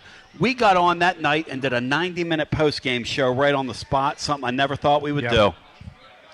Yeah, they really upgraded the non-conference schedule this year, and I like it. I think that's I good. like it, too. Obviously, Tony didn't do it, as we continue with more after this.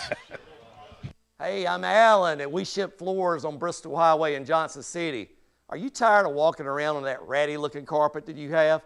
Well, today's your lucky day, because we have Supercore on sale for $1.79. 58 colors we're liquidating. Supercore is the best waterproof floor with a lifetime warranty. Where are you going to find that anywhere else? Nowhere, let me tell you. $1.79, lifetime warranty. Come on down to Bristol Highway on your truck and trailer and let's make a deal. You got to dream about buying some land and building on that land? Well, Waterside Contracting is your ticket. 25 years of making dreams come true, Michael Scott. For hundreds in our area, custom homes or remodels, Waterside Contracting will build on your lot. They do incredible work all over the area. Structural integrity, quality without compromise. It's a way of life with Waterside Contract. Check out the wonderful work Waterside does. WatersideContractingLLC.com. When it's time for your dreams to come true. Quality without compromising. Waterside Contracting. College football fans, Chris Fowler here with the play call. This season, go for Dose with ice-cold, refreshing Dos Equis. It's more than a single play. It's a mindset. Think of it as a two-point conversion for real life. Taking the risk, making the bold move. Whenever we get the chance to go big, we take it. On the field and off, always go for Dose with Dos Equis. Enjoy Dos Equis responsibly. Copyright 2024 Dos Equis Lager Especial Beer. Imported by Cervezas Mexicanas, White Plains, New York. Hi, I'm Jim Simpson, owner of Simpson Meats. When's the last time you grilled a really good burger or steak? One your friends still talk about. Our goal at Simpson Meats is to make that happen every time you have a cookout. All of our cuts of meats, steaks, burgers, briskets, and pork are always fresh, flavorful, and sustainably sourced. We are family owned, so we know the importance of knowing how and where your food is raised. We have been putting quality first since 1888. Visit our butcher shop off Lovell Road or online at simpsonmeats.com. Tony Basilio along with the great Mark Griffin. And we're here to talk about our friends at Performance Medicine. And Griff, their slogan, stay educated, stay healthy. That's you. Wow. I really like to think that, Tony, and I'd like to give Dr. Rogers a lot of credit because I definitely want to stay educated and healthy, and knowing that he's putting the time and effort in to make sure of my care. I want to encourage your listeners to put the time to learn and become educated and get to know Dr. Rogers and see if it can help with your health as well. And there's a really, really easy way to do that. In fact, they've got their own YouTube channel. You can see Dr. Rogers for himself with his staff. It's called The Performance Medicine Show over at the Performance Medicine channel over on YouTube. Also, more information at performancemedicine.net. To our friends in North Knoxville, a brand new location over in Fountain City, now accepting patients. So many ways to reach Dr. Rogers. And like they say, stay educated, stay healthy. Performance Medicine, online, performancemedicine.net. Located in Knoxville's historic Old City, Barley's offers great food, live music, the best draft beer selection in town, and now your new favorite place to watch sports. Their indoor projector is perfect for any weather, and they've revamped their upstairs area with more TVs to take in all of the action. Their menu features hand-battered chicken tenders, juicy burgers, fresh salads, and the tastiest pizza in Knoxville. You can enjoy their happy hour drink specials daily from open until 6 p.m. Barley's Tap Room and Pizzeria. Tony Basilio here, and I got the great Chad Stockton of FC Alliance 2026. Chad, do you believe we've made it? Boys and girls teams start off the new year at big national event showcases. We got our younger kids training indoors and doing a lot of things to get better. So we're excited about what the future holds. Chad, I hear the juice behind you. I hear the kids. Your program reaches throughout East Tennessee. If folks want to get involved, what's the advice? We're easy to get in touch with. We offer players at all ages, all levels, all experience. We have a program for all of our kids that we have, and we're excited for anyone to join us. And even some Lady Vols as well. Several college players all over the country, yes? Absolutely. We had a lot of girls that we were able to watch play in the NCAA tournament. A lot of our former players made big runs through the tournament. We're so excited for them. Growing the beautiful game. In this, the year of the World Cup in North America, celebrate the beautiful game. Get your child involved. FCAllianceKnox.org. That's FCAllianceKnox.org. And Chad, thank you, man. Keep growing the beautiful game. Absolutely, Tony, and thank you very much. Preparing food for a big gathering can really take it out of you. That's why you need to call Calhoun's and check out their selection of party platters. Whether you're hosting a party for the big game, a reunion, or just an everyday gathering, a Calhoun's party platter is next level. Choose from Calhoun's always excellent chicken tenders, fly with Calhoun's wings, or boneless wings with a variety of dipping sauces, award-winning next-level melt-in-your-mouth barbecue ribs, or delicious spinach artichoke dip, or get one of each. Plus, if you're doing burgers or sandwiches, Calhoun's has lots of side dishes like spinach Maria, baked cinnamon apples, Smoky Mountain baked beans, or creamy coleslaw. Available in pints, quarts, and gallons. And to finish things off, pick up one of Calhoun's great desserts to go, including homemade cheesecake or key lime pie. Calhoun's, simply your go-to party headquarters. With 9 locations all over East Tennessee, you can order online and just pick it up. Calhoun's, one of the Copper Cellar family of restaurants, along with Chesapeake's, Copper Cellar, Corner 16, Cherokee Grill, and Smoky Mountain Brewery. Eat local, eat good. From the sunrise over the Smokies to the Saturday cheers at Neyland Stadium, Knoxville isn't just where we live, it's home. But let's be honest, finding your perfect spot in a hot market can feel like a full-time job. Whether you're looking for a Craftsman in 4th and Gill, a family home in Farragut, or a view in South Knox, the market moves fast. You need more than a listing. You need an edge. And that's where I come in, Jennifer Morris with Keller Williams Realty. And I specialize in helping Knoxville buyers win. I don't just find houses, I find the right fit for your budget and your lifestyle. Ready to unlock your front door? Visit nextmovesmokymountains.com or call me at 865-694-5904. That's nextmovesmokymountains.com. And as always, go Vols. Here we go. Tony B back with you. And the taste of Tennessee is in my mouth as we come back. Jennifer, I thought you were going to talk a little further than that, a little more than that. You had me at 4th and Gill there, Jennifer Morris. But we're back live at Calhoun's on the river. All right, Bino, let's take a quiz. All right, he mentioned Penny Hardaway before. We got the ciphering. And when we get to ciphering, it's dangerous. And when Griff gets to ciphering, here we go. When we get to ciphering, I really I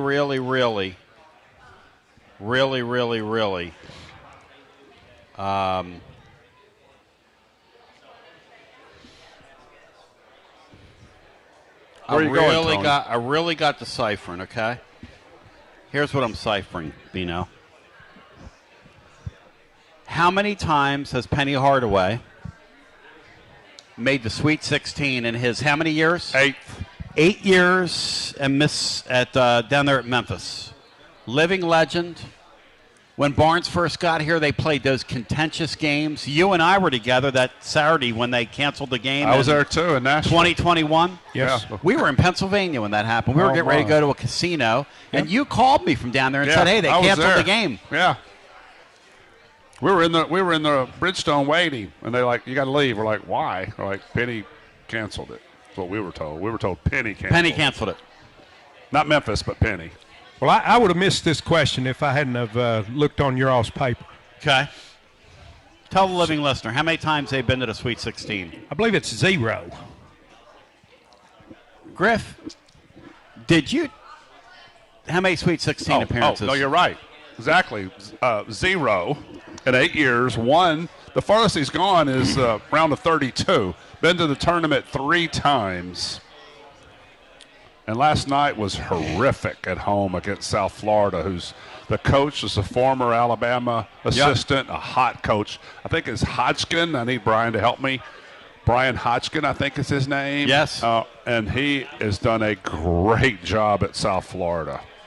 Because, Brian, and Griff's going to focus on something with the in-state teams that have been really, really, really great. But and some in-state ties.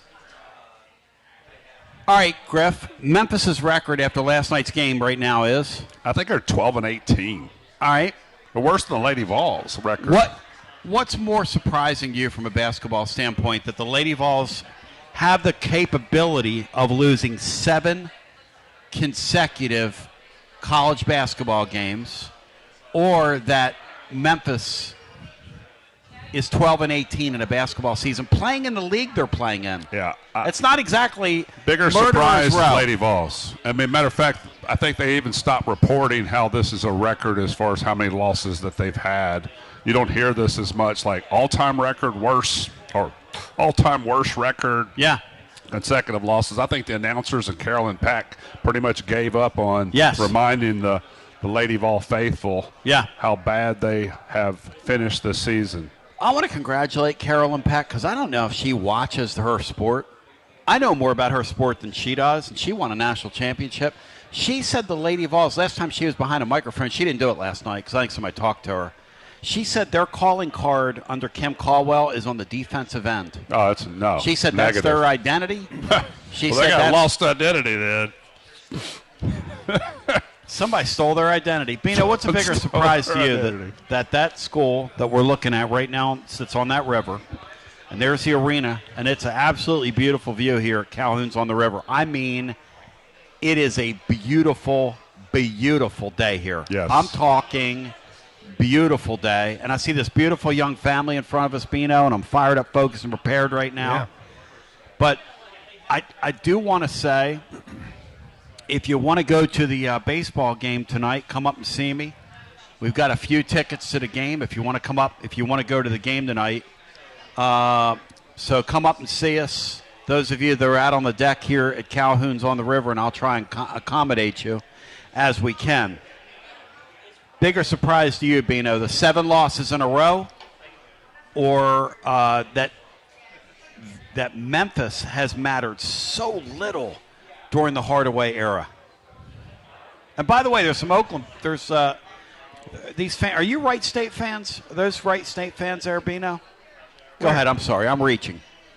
I'm losing my concentration up here. Griff's right.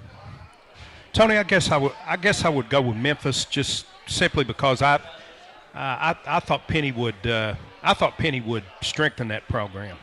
I thought that his identity with that city, and his time as a travel ball coach there and high school coach there, I just thought that they would rally around his presence, and it just hasn't happened. It hasn't happened here. We were trying something kind of brand new. Something that it was questionable whether it was going to be successful in this league. The way Kim Caldwell's teams play. So I'll go with Memphis. Griff, explain something to me about the Caldwell thing. And this is something about life that I guess I'll never understand. How does Kim Caldwell get the results she got last year, and then this year's team turns around and implodes on her? You've been inside the sport, you've played, you've coached, the whole thing. Is there an explanation? Because I don't know that I've ever seen anything like. We've seen some train wrecks here. Todd Rowley baseball, Bino, was kind of a train wreck, yes? Yes. Yes. And the stories that we've heard and the stuff. This lady here and this tenure is taking the cake this year. She's like, hold my Dos Equis. I will show you Cervezas Mexicanas. I'll show you something. What you'll hear from fans and people will say the difference in leadership as far as experience last season compared to this one, because she's got so many new freshmen. I want to say it's 5 or 6. I'm not exactly sure. I think 4 of them are getting considerable playing time, and they'll hang their hat on, well, they're young. Well, guess what? Everyone in the country is young.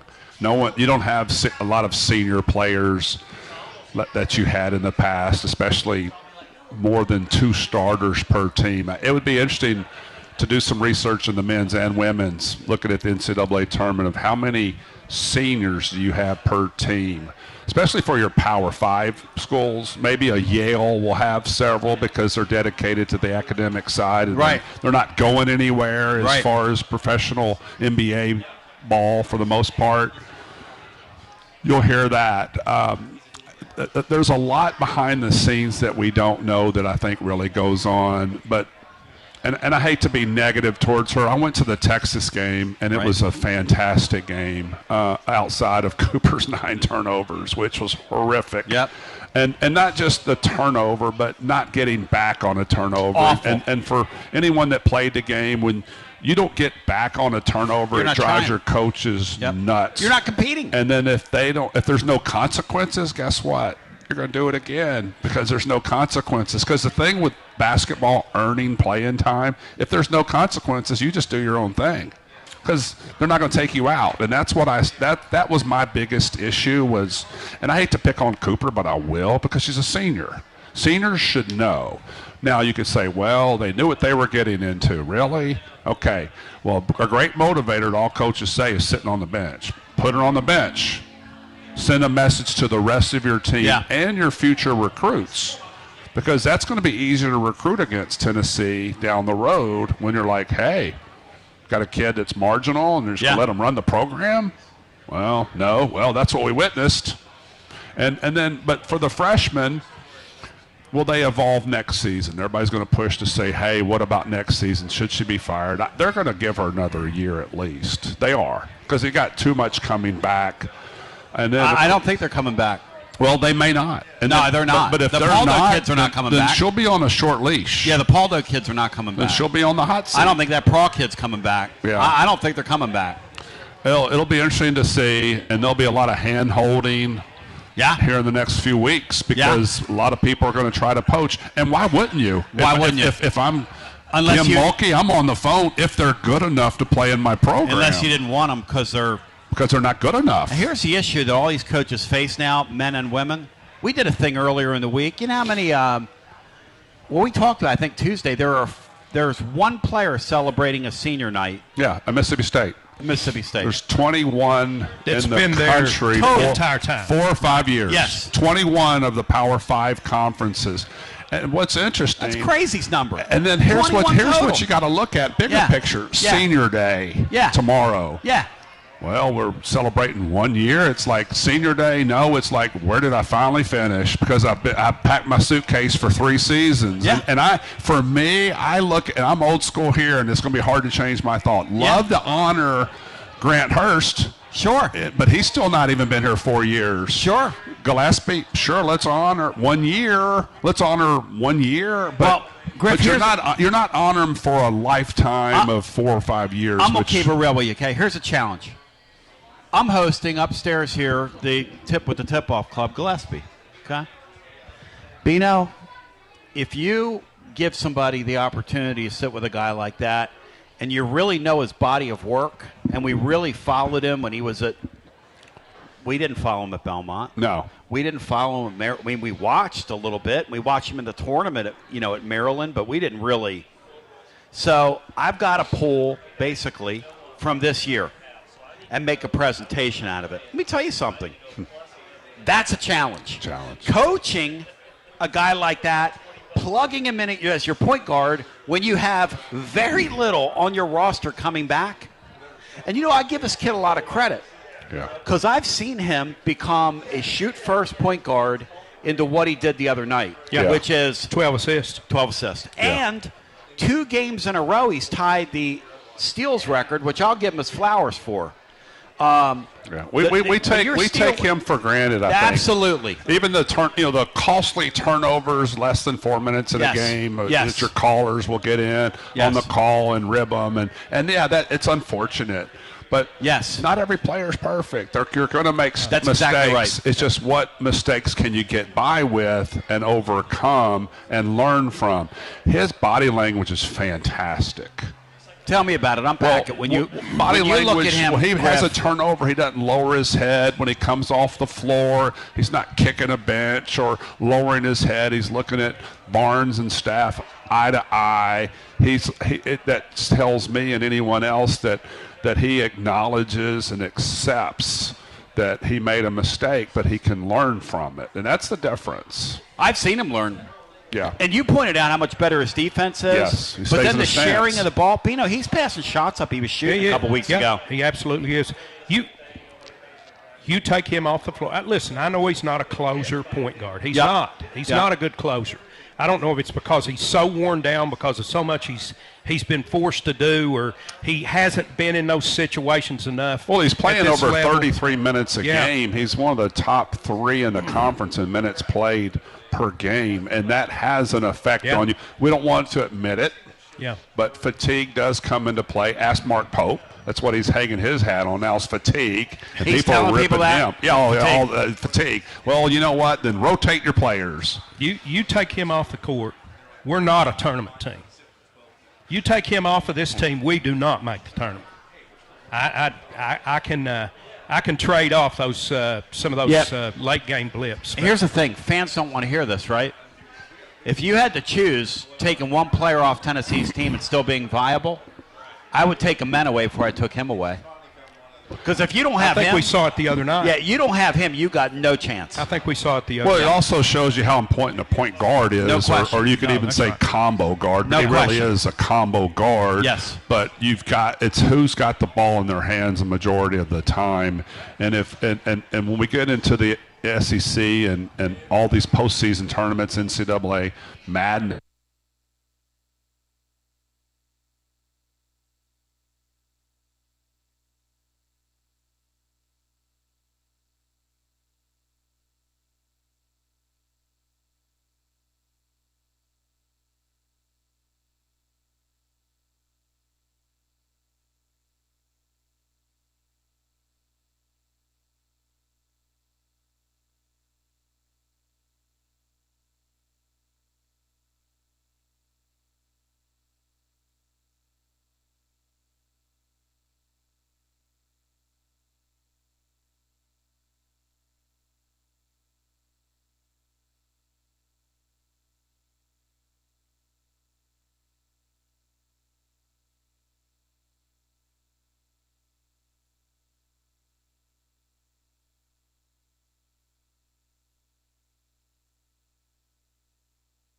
It's time for your next move. You want to get your precious belongings from point A to point B with your peace of mind intact. Recruiting, That's why high you school need to call recruiting my process. And I just think that those type of incidences are going to happen more and more because of that nomadic nature of the game. I just think you're always going to have someone on your roster that might not should have been there.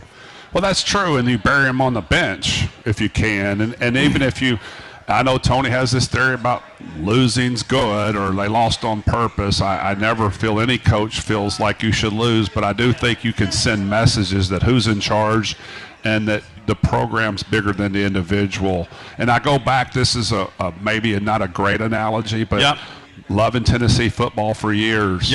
Reggie Cobb. What happened? Let me throw to the legal. You got it. You're right. Let me throw to the legal. And then my friends at Fan Run Radio take over rest of the day. We love you. Peace. You're listening to FM 105.7 and AM 1340. Sorry about that. WKGN Knoxville and W289CU Knoxville. Fan Run Radio. Do you love the low-key dragon of me by Griff? Beanstar, do you like the low-key dragon? The low-key dragon of me? Do you like the low-key dragon of me that Griff does? Yeah. I like any kind of dragging. Go ahead, Griff. What I was going to say was continue here in our overtime. For example, drug tests. Reggie Cobb. Yes. Kicked off the team. Yes. Okay. Well, some programs, I know you love to pick on Alabama. Right. Probably never had a player kicked off for. Never heard of it. Never heard of it. You ever heard of it? Not at all. No. So, but it sent a message to the rest of the team that, and even Reggie Cobb was bigger than life here. Yes. He and Cobweb back in the day. Gone. Yes. Fulmer sent a message. It's like, hey, you better think before you get involved in something because this could lead to you, and this is the right way, and they're going to run things the right way. And I think it goes back to any coach that's on the Hill or anywhere else is you're there to set examples for long-term as well as short-term. And somebody say, well, yeah, but it's going to cost them a game or it's going to cost us a championship. So be it. No one's going to remember in 10, 20 years what your record was this year. Just like my experience, my takeaway from someone like DeVoe, who they used to rip that couldn't recruit, etc. Use the three-point. I'm like, what did I do? I shot the three-point. What did I do? He recruited me. So I guess they're ripping me. Fine. But you look at life's lessons down the road, makes my life transition much easier, makes me more disciplined. And then you know that there's always right will win because that's what you're able to witness, where a lot of these student athletes that grow up, they're just pampered all along the way. And the women's game is happening now. And it's all along the way. It used to be all in the women's men and game. Women. That didn't exist in the women's game before. There's money in the game now. Yeah. Big money in the game. Big money. Hey, Lady Vols have South Carolina, Bino's got a $4.5 million women's payroll. Wow. You ever think we'd see that? No way in the world. And how do you coach? How do you, if you're this lady here, get control of this in the off season? No. Can you do it? I mean, I guess you can. You hit the reset button. How do you do that? Well, what you do is, I think, and this was mentioned, I think, by you or someone I heard recently, is you set up a lot more meetings individually with your players. You get to know your players, Tony, more. You set up time with the individuals. Oh, Buzz Peterson had this talk. He said he had a talk with Pat about his schedule, and they were talking about how are you spending time. And Pat looked at him, looked at his schedule, and said, you're not spending time with your players. You got to get to know them. So Buzz immediately, obviously didn't work out for Buzz's tenure, but he started refocusing on spending that time with the players, getting to know them, but not only know them, is direct them. Give them a sense of direction, because a lot of times when you're in school, you've got all these people in your ear. You don't know where to go, and you're spending your coach becomes your significant person you're around, your mentor. So spend time with your players. What she, in my opinion, needs to do, if she's not already, a lot of chalk time with the players. This is what our purpose is moving forward. Let them know their needs assessment, where they can improve, what they can work on, and how they're wanted here, because they're going to be wanted elsewhere. And it could be at Belmont, ETSU, other schools, but all these players are going to be contacted, every one of them. I'd cut her loose, Bino, tomorrow, man.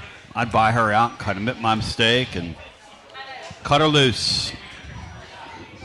That'd be my solution. I just don't think you can come back from where they are, man. I just don't think. What do you think we see tomorrow, Griff? I want you to go eat, bro. Yeah, we're here right at Calhoun's. They brought your food, man. I'm getting hungry too. Yeah. Well, what I think tomorrow, I think you're going to see what you saw the other night. I think you're going to see an influx of getting the ball inside. To Tennessee's advantage, getting to the free throw line, and we've talked all season about the free throw woes as far as percent. But if you're shooting 30 a game versus 12, you're going to put up more points, even if you're shooting at that same rate. So I think the biggest factor to me is either get McLaughlin or Washington in foul trouble because of their lack of inside presence. They can have guard play making shots as long as all three players aren't doing well. If we can just neutralize either Miles, Tanner, or Nickel, like they did such a great job with Nickel at Vanderbilt, Tennessee's got a good shot. If Vanderbilt comes out knocking down threes and we don't get the ball inside, this is going to be a long day. You're done. Done. We get across a team in the tournament that can score, we're going to be in big trouble. Yeah. That's the nature of this thing. Especially good guards. Yes. And three. They've got three. Not one, not two, but three. Hey, guys, that Oklahoma team, it took them like 75% of the season to kind of figure it out.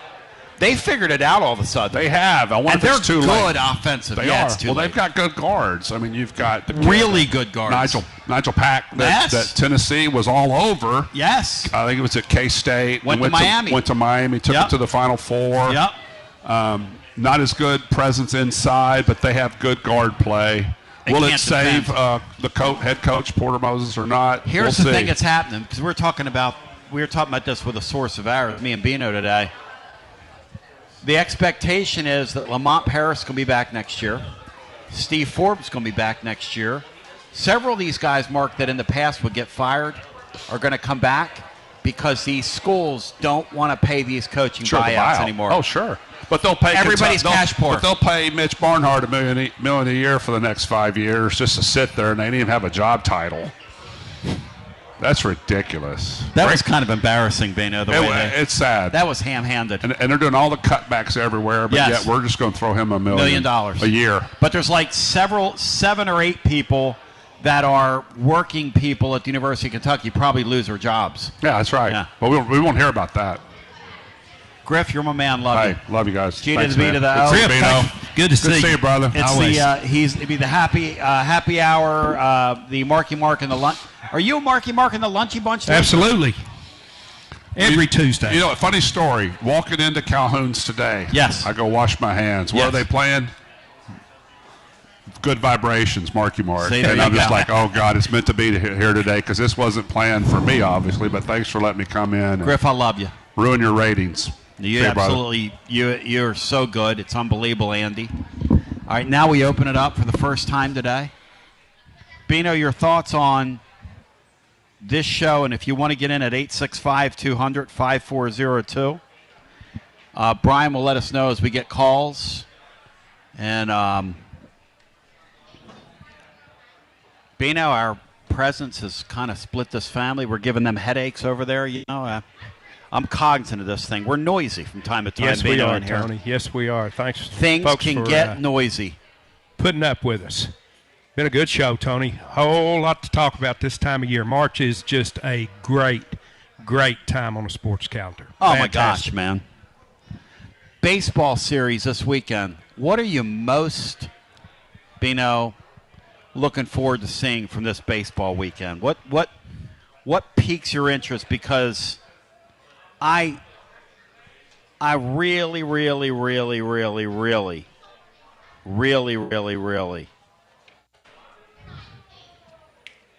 I'm hoping, Tony, that we see our bullpen once again perform as well as they did. Had a rough early series last weekend. They were absolutely lights out, which was great to see. Tennessee appeared to be swinging the bats a little bit better the other night, especially against Oakland. And I'm anxious to see how some of these guys that are coming back, Grimmer, Wright, how they're going to fit in to the lineup, to the rotation, how much they're going to be used. But it's good to have him back because some guys are going to get pushed now. Yes. And you're going to have to begin to swing about it. There's going to be somebody that's ready to come in that will. Bino, did you notice the level of discord went through the roof in the last half hour or so? Did you notice that how the show picked up? I want you to turn around. The great Mark Griffin's unbelievable. I mean, he brought it long and strong today, absolutely. did he not? It's fantastic. It's fantastic. Unbelievable. It's good to have Mark in with us. Unbelievable. The lunchy bunch. Let's go to the phones. We'll stay on. As you stay on, we'll stay on. Continue this headache for one and all that we're giving to people. On the river where we be. We open on the road with Georgia, or is the Georgia series home? No, next week? it is on the road. Okay. Our first home SEC series is the following weekend versus Missouri. Wow. We'll beat them like we're mad at them, at Missouri bunch. I'd hope so. We're going to start this thing with 6 straight SEC wins. I don't know about that. Get 6 out of the way, get to 15, and hit the Kim Caldwell, hit the button like she did. Hit the snooze button. I think we may be back to the old formula. Win your home series and don't get swept on the road. Let's get John in here, who's up next with us. John, welcome in. Hey, good morning. How you doing, sir? Good, John. Good to talk to you. Hey, I was watching the Lady Vols last night, and their body language it's just bad. She looked like she was about to cry the whole time, and I didn't see one player talk up anybody on the bench, high-five anybody. There was nothing. It's like those players were dead, checked out on her, and just trying to get to the end of the season. And I don't see how they can run that back next season with all those same players. I don't think that a lot of them will be here next year. I think they'll start looking in the portal and jumping ship. Here's the thing. I'm hearing, and I'm really paying attention to, I don't think those Paldo kids are going to be back next year. I don't know if they can play at this level. I don't think they're going to be here. I don't think that Praw kid's going to be here next year. I'm just telling you what I'm hearing. Did Cooper have another year, or is she done? What was her status? Do you know? I don't know. Because after what she said to that coach last night when she exited that game, she's never going to play here again. In terms of next season, that's zero chance of that happening. So the point is, when you get to that point, and I'm not here to terminate. I'm not for terminating. I don't know enough about it to say I'd fire a person, but I wouldn't bring her back. But I don't know enough about it. No, I wouldn't either. But when you say when you've lost 7 in a row, you have a kid saying something unspeakable to you on a sideline, and you're a head coach. When you pull them out of a game and you get disrespected like that, you have all this other stuff. You had somebody quit earlier in the week because you bungled senior day, in her opinion. I mean, how many warning signs do you have to have? And I would say this about anything, Bino, that we covered. Saying to you that, what I know about that sport could fit in a thimble, so I'm really not qualified to speak on it, but I don't care how good your recruiting class is next year. You're not coming back from this. I found it extremely interesting that your caller from West Virginia that called in that said the difference. I think that Coach Caldwell's probably pretty miserable herself. Yes. Yeah, she looked like she was about to cry the whole time. Well, we had a caller call in that said when she was at Marshall, she was ebullient, she was smiling, she was skipping around on the sidelines. I'm not misrepresenting it, am I being? No. She was very talkative in the press conferences. She was loving it.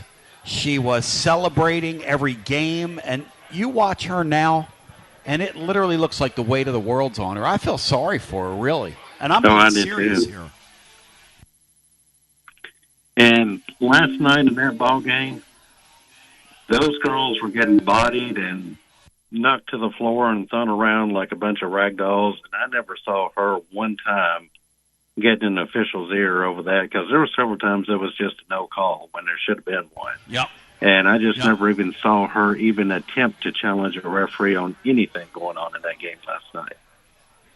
In both sports, okay, I'm being told Cooper has another year. Cooper has, in light of what I discovered today, I'm going to share this with the living listener. There is a 0% chance she's back next year. As in, do you agree with that, Bino, knowing what we heard before the show today? What is the percent chance? If that's accurate, there's no – I'd be surprised if she played in the NCAA tournament. I think that's probably a good point. You talk about things you can't say to your head coach. Jeez Louise, man. Jeez Louise. But, hey, listen, good talking to you, John. Thank you for the call. And, again, I don't know enough about it. No, I knew when she did her thing, when they did that loss to South Carolina, and I knew that thing was going to be train wrecky.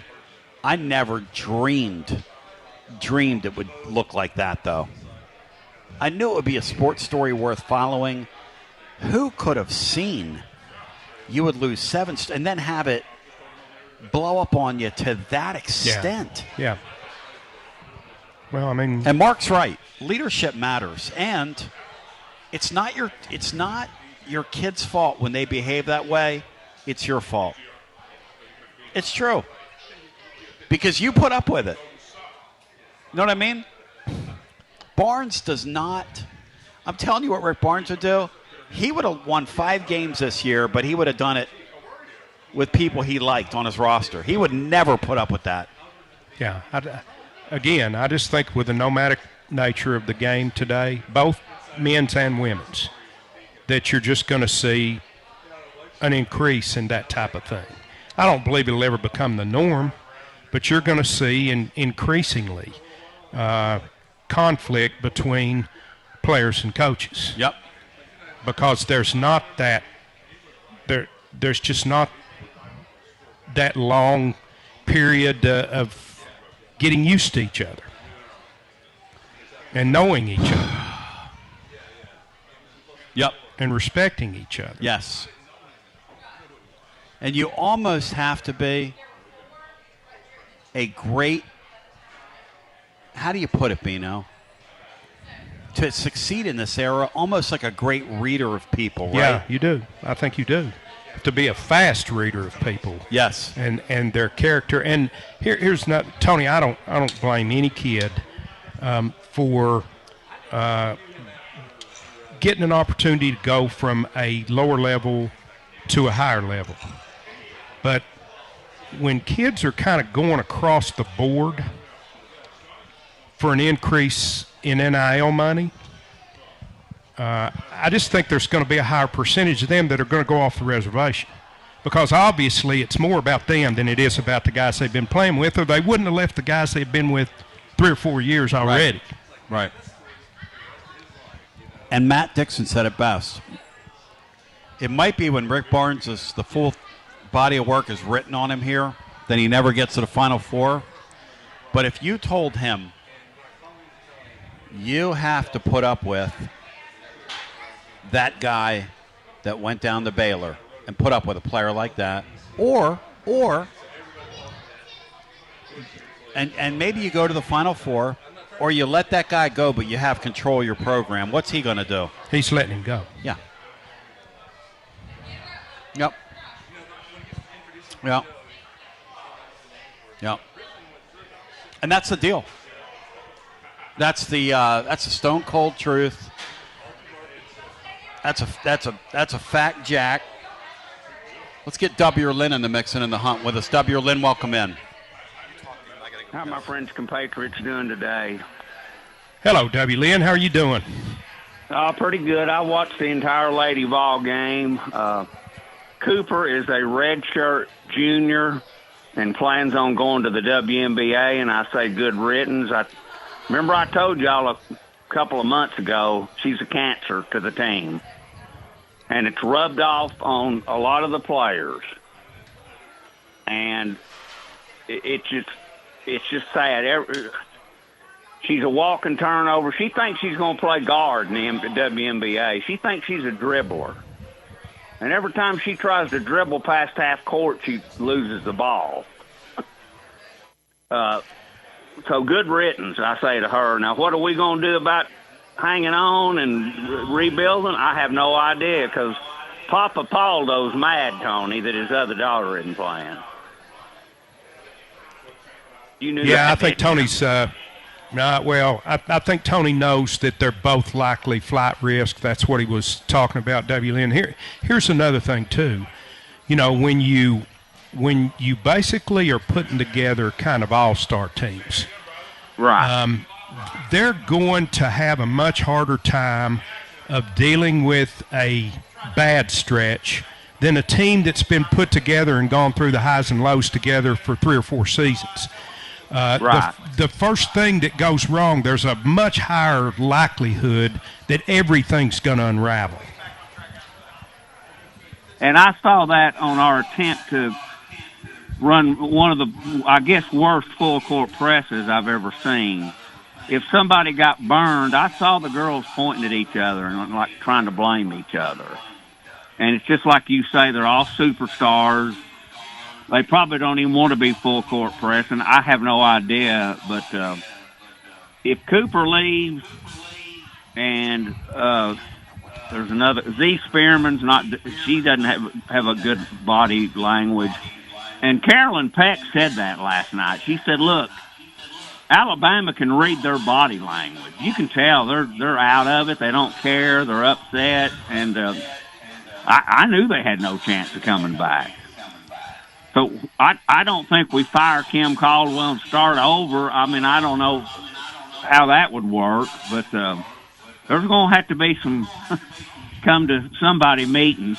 I know that because and one thing, though, we have done is, and people are saying, well, how are they getting in the tournament? Well, they had the second or third toughest schedule in America. In the AP poll, and I don't know that this has happened in any sport, men or women, they've played every team 1 through 7, the top 7. And they're 0-7 against them. But, they'll be in the tournament. And the USA Today had a 68-team projection. I had to laugh. It had them in an 8-9 game in Storrs, Connecticut, and if they win, they get to play UConn. Whoa, boy. I think I'd rather opt out of the tournament and go through that. Well, that is a thing that happens. When you lose 7 straight, Yeah. The committee is going to feed you to somebody. You earn that. Yeah. Right? And then, hey, Yeah. if you're them and you go to Storrs, W. Lynn, and you make a loud boom, you get through that round, and all of a sudden you're alive and well, man. Make a run. You're Crazy telling game. me You they think can it win the 8-9 game and upset UConn on their home court? I'm telling you that in the conference tournament, any of these tournaments, I'm telling you that anything's possible. Bino, you believe that? Well, don't you're you? right. I mean, they might take us lightly. I don't know, but it's very sad to me. Of all your callers over the years, I'm probably the one that's gone to most Lady Vol games and kept up with it. Yes. It hurt me last night. It hurt me. Are you bringing her back, W. Lynn, if you're Danny White? I don't know. I have no idea. To me, right now it's about a coin flip. I'm just scared. Well, what would we do afterwards? I mean, I don't know. Something's got to change, and I don't know. Of course, a lot of people are already talking about getting Carol Lawson from Duke. Oh, gosh. There's about zero she's chance rolling. of that happening. What'd you say, Tony? She has zero relationship. She alienated so many people when she was on the Board of Trustees. You talk about somebody that's extremely arrogant and thinks she's better than you. There's no way they do business with her. I'll call that shot right now. But I knew there was a lot of bad blood. Yeah, she's number one. Just ask her if you don't believe me. No offense to her. W. Lynn, thank you. You're the man. All right, Beano, it's time for us to roll. What do you think, Beanstar? Talk to me. And see that guy's shirt? Support live music, hire live musicians. You hear that? You see that, Beano? I see that. That's a man after my own heart right there. He's exactly right. The baseball game has been moved to 3 p.m., expected inclement weather later. And Barnes does not know if Ement will play tomorrow, he says. The baseball game for today? Yes. Has been moved to 3 o'clock? 3 o'clock due to expected inclement weather. Yeah, I got weather him, ma'am. On the way later on tonight. So it was 6, now it's going to be 3. Bino, are you in or out on a 3 o'clock game? Tony, I was out either one today. How about tomorrow, Bino? You want to go tomorrow? I'm out for the weekend. Bino, you want to go Sunday? Sunday, I was going to buy you tickets and bring you to the game, man. You want to go? That may be a possibility. Oh, I was just kidding. Okay, good. Oh, excuse me, that's tomorrow's 3 o'clock, not today. Today's game's still on at 6. Right. Tomorrow is 3. Right. Sorry about that, I guys. knew that. No, I knew tomorrow was the storm, Bri.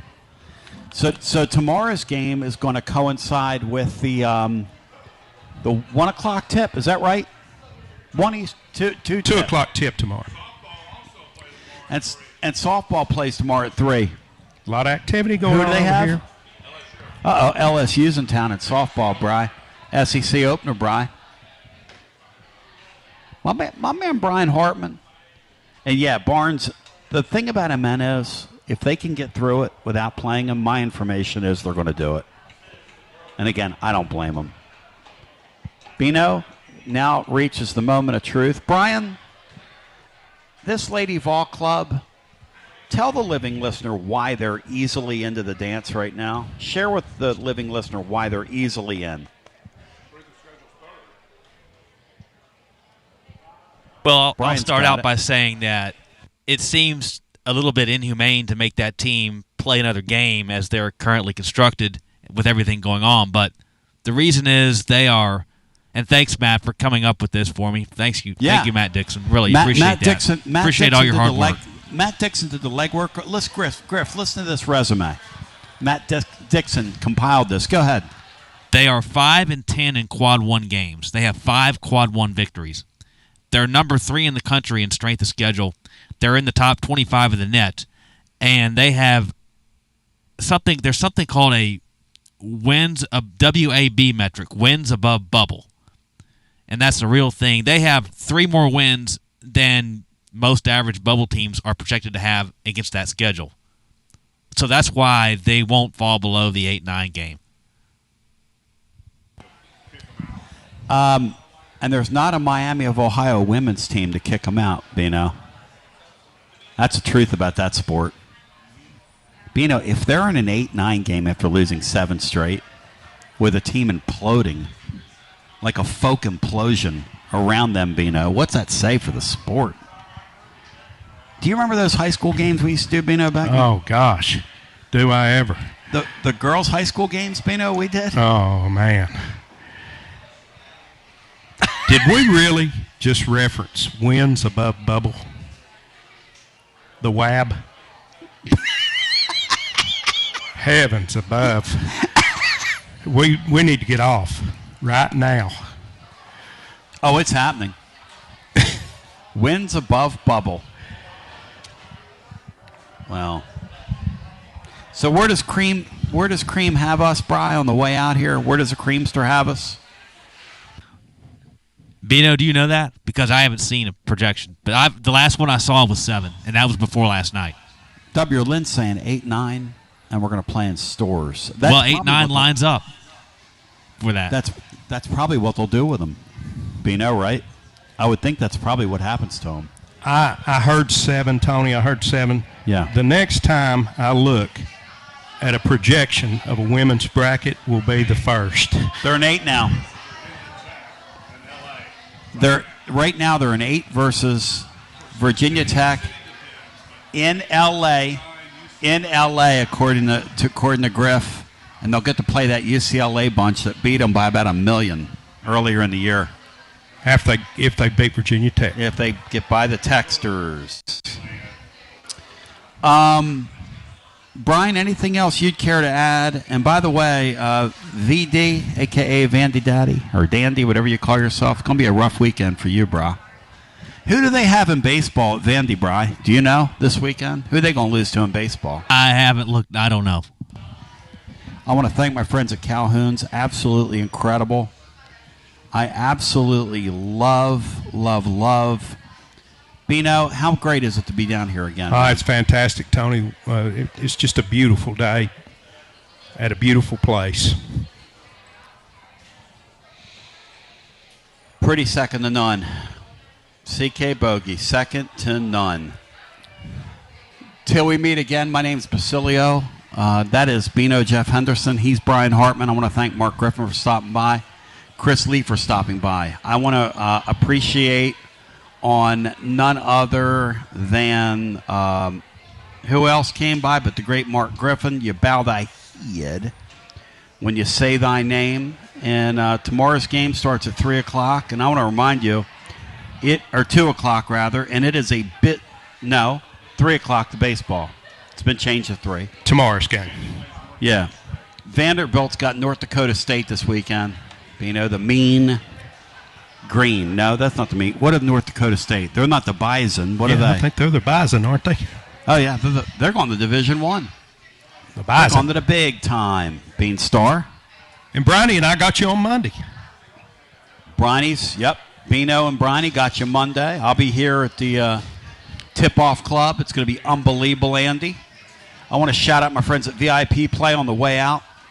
$20 bet. You get $100 in bonus bets instantly. The promo code and the phrase that pays is TN Tony.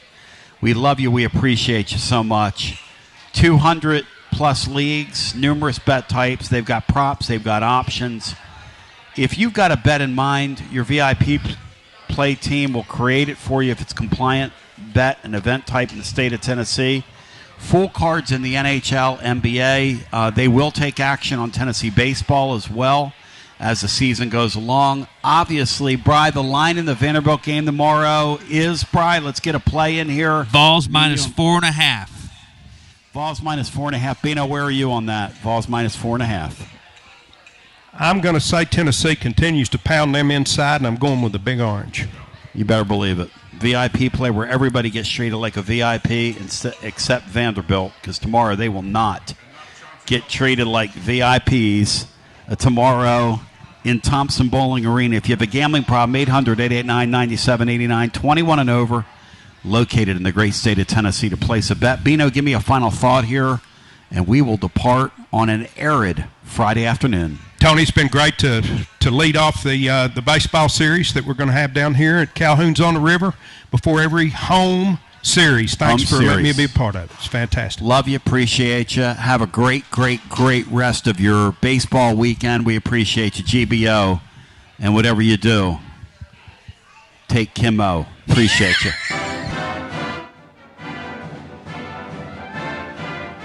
You're listening to FM 105.7 and AM 1340, WKGN Knoxville, and W289CU Knoxville, Fan Run Radio. We're processing here in the studio, ladies and gentlemen. Processing, I say. As it is another incredible kind of Basilio show live with you. Making it happen. Don't, whatever you do, try this at home. Several people have. They realize it's not that easy. Because why was it so easy for me to be with you? That's a great Daryl Hall song. Look that thing up and come back to me. Tell me if that's a good vocal. But here we are. We're fired up, focused, and prepared. I want to read something to you. Hey, Bri, have you recovered last night? From last night?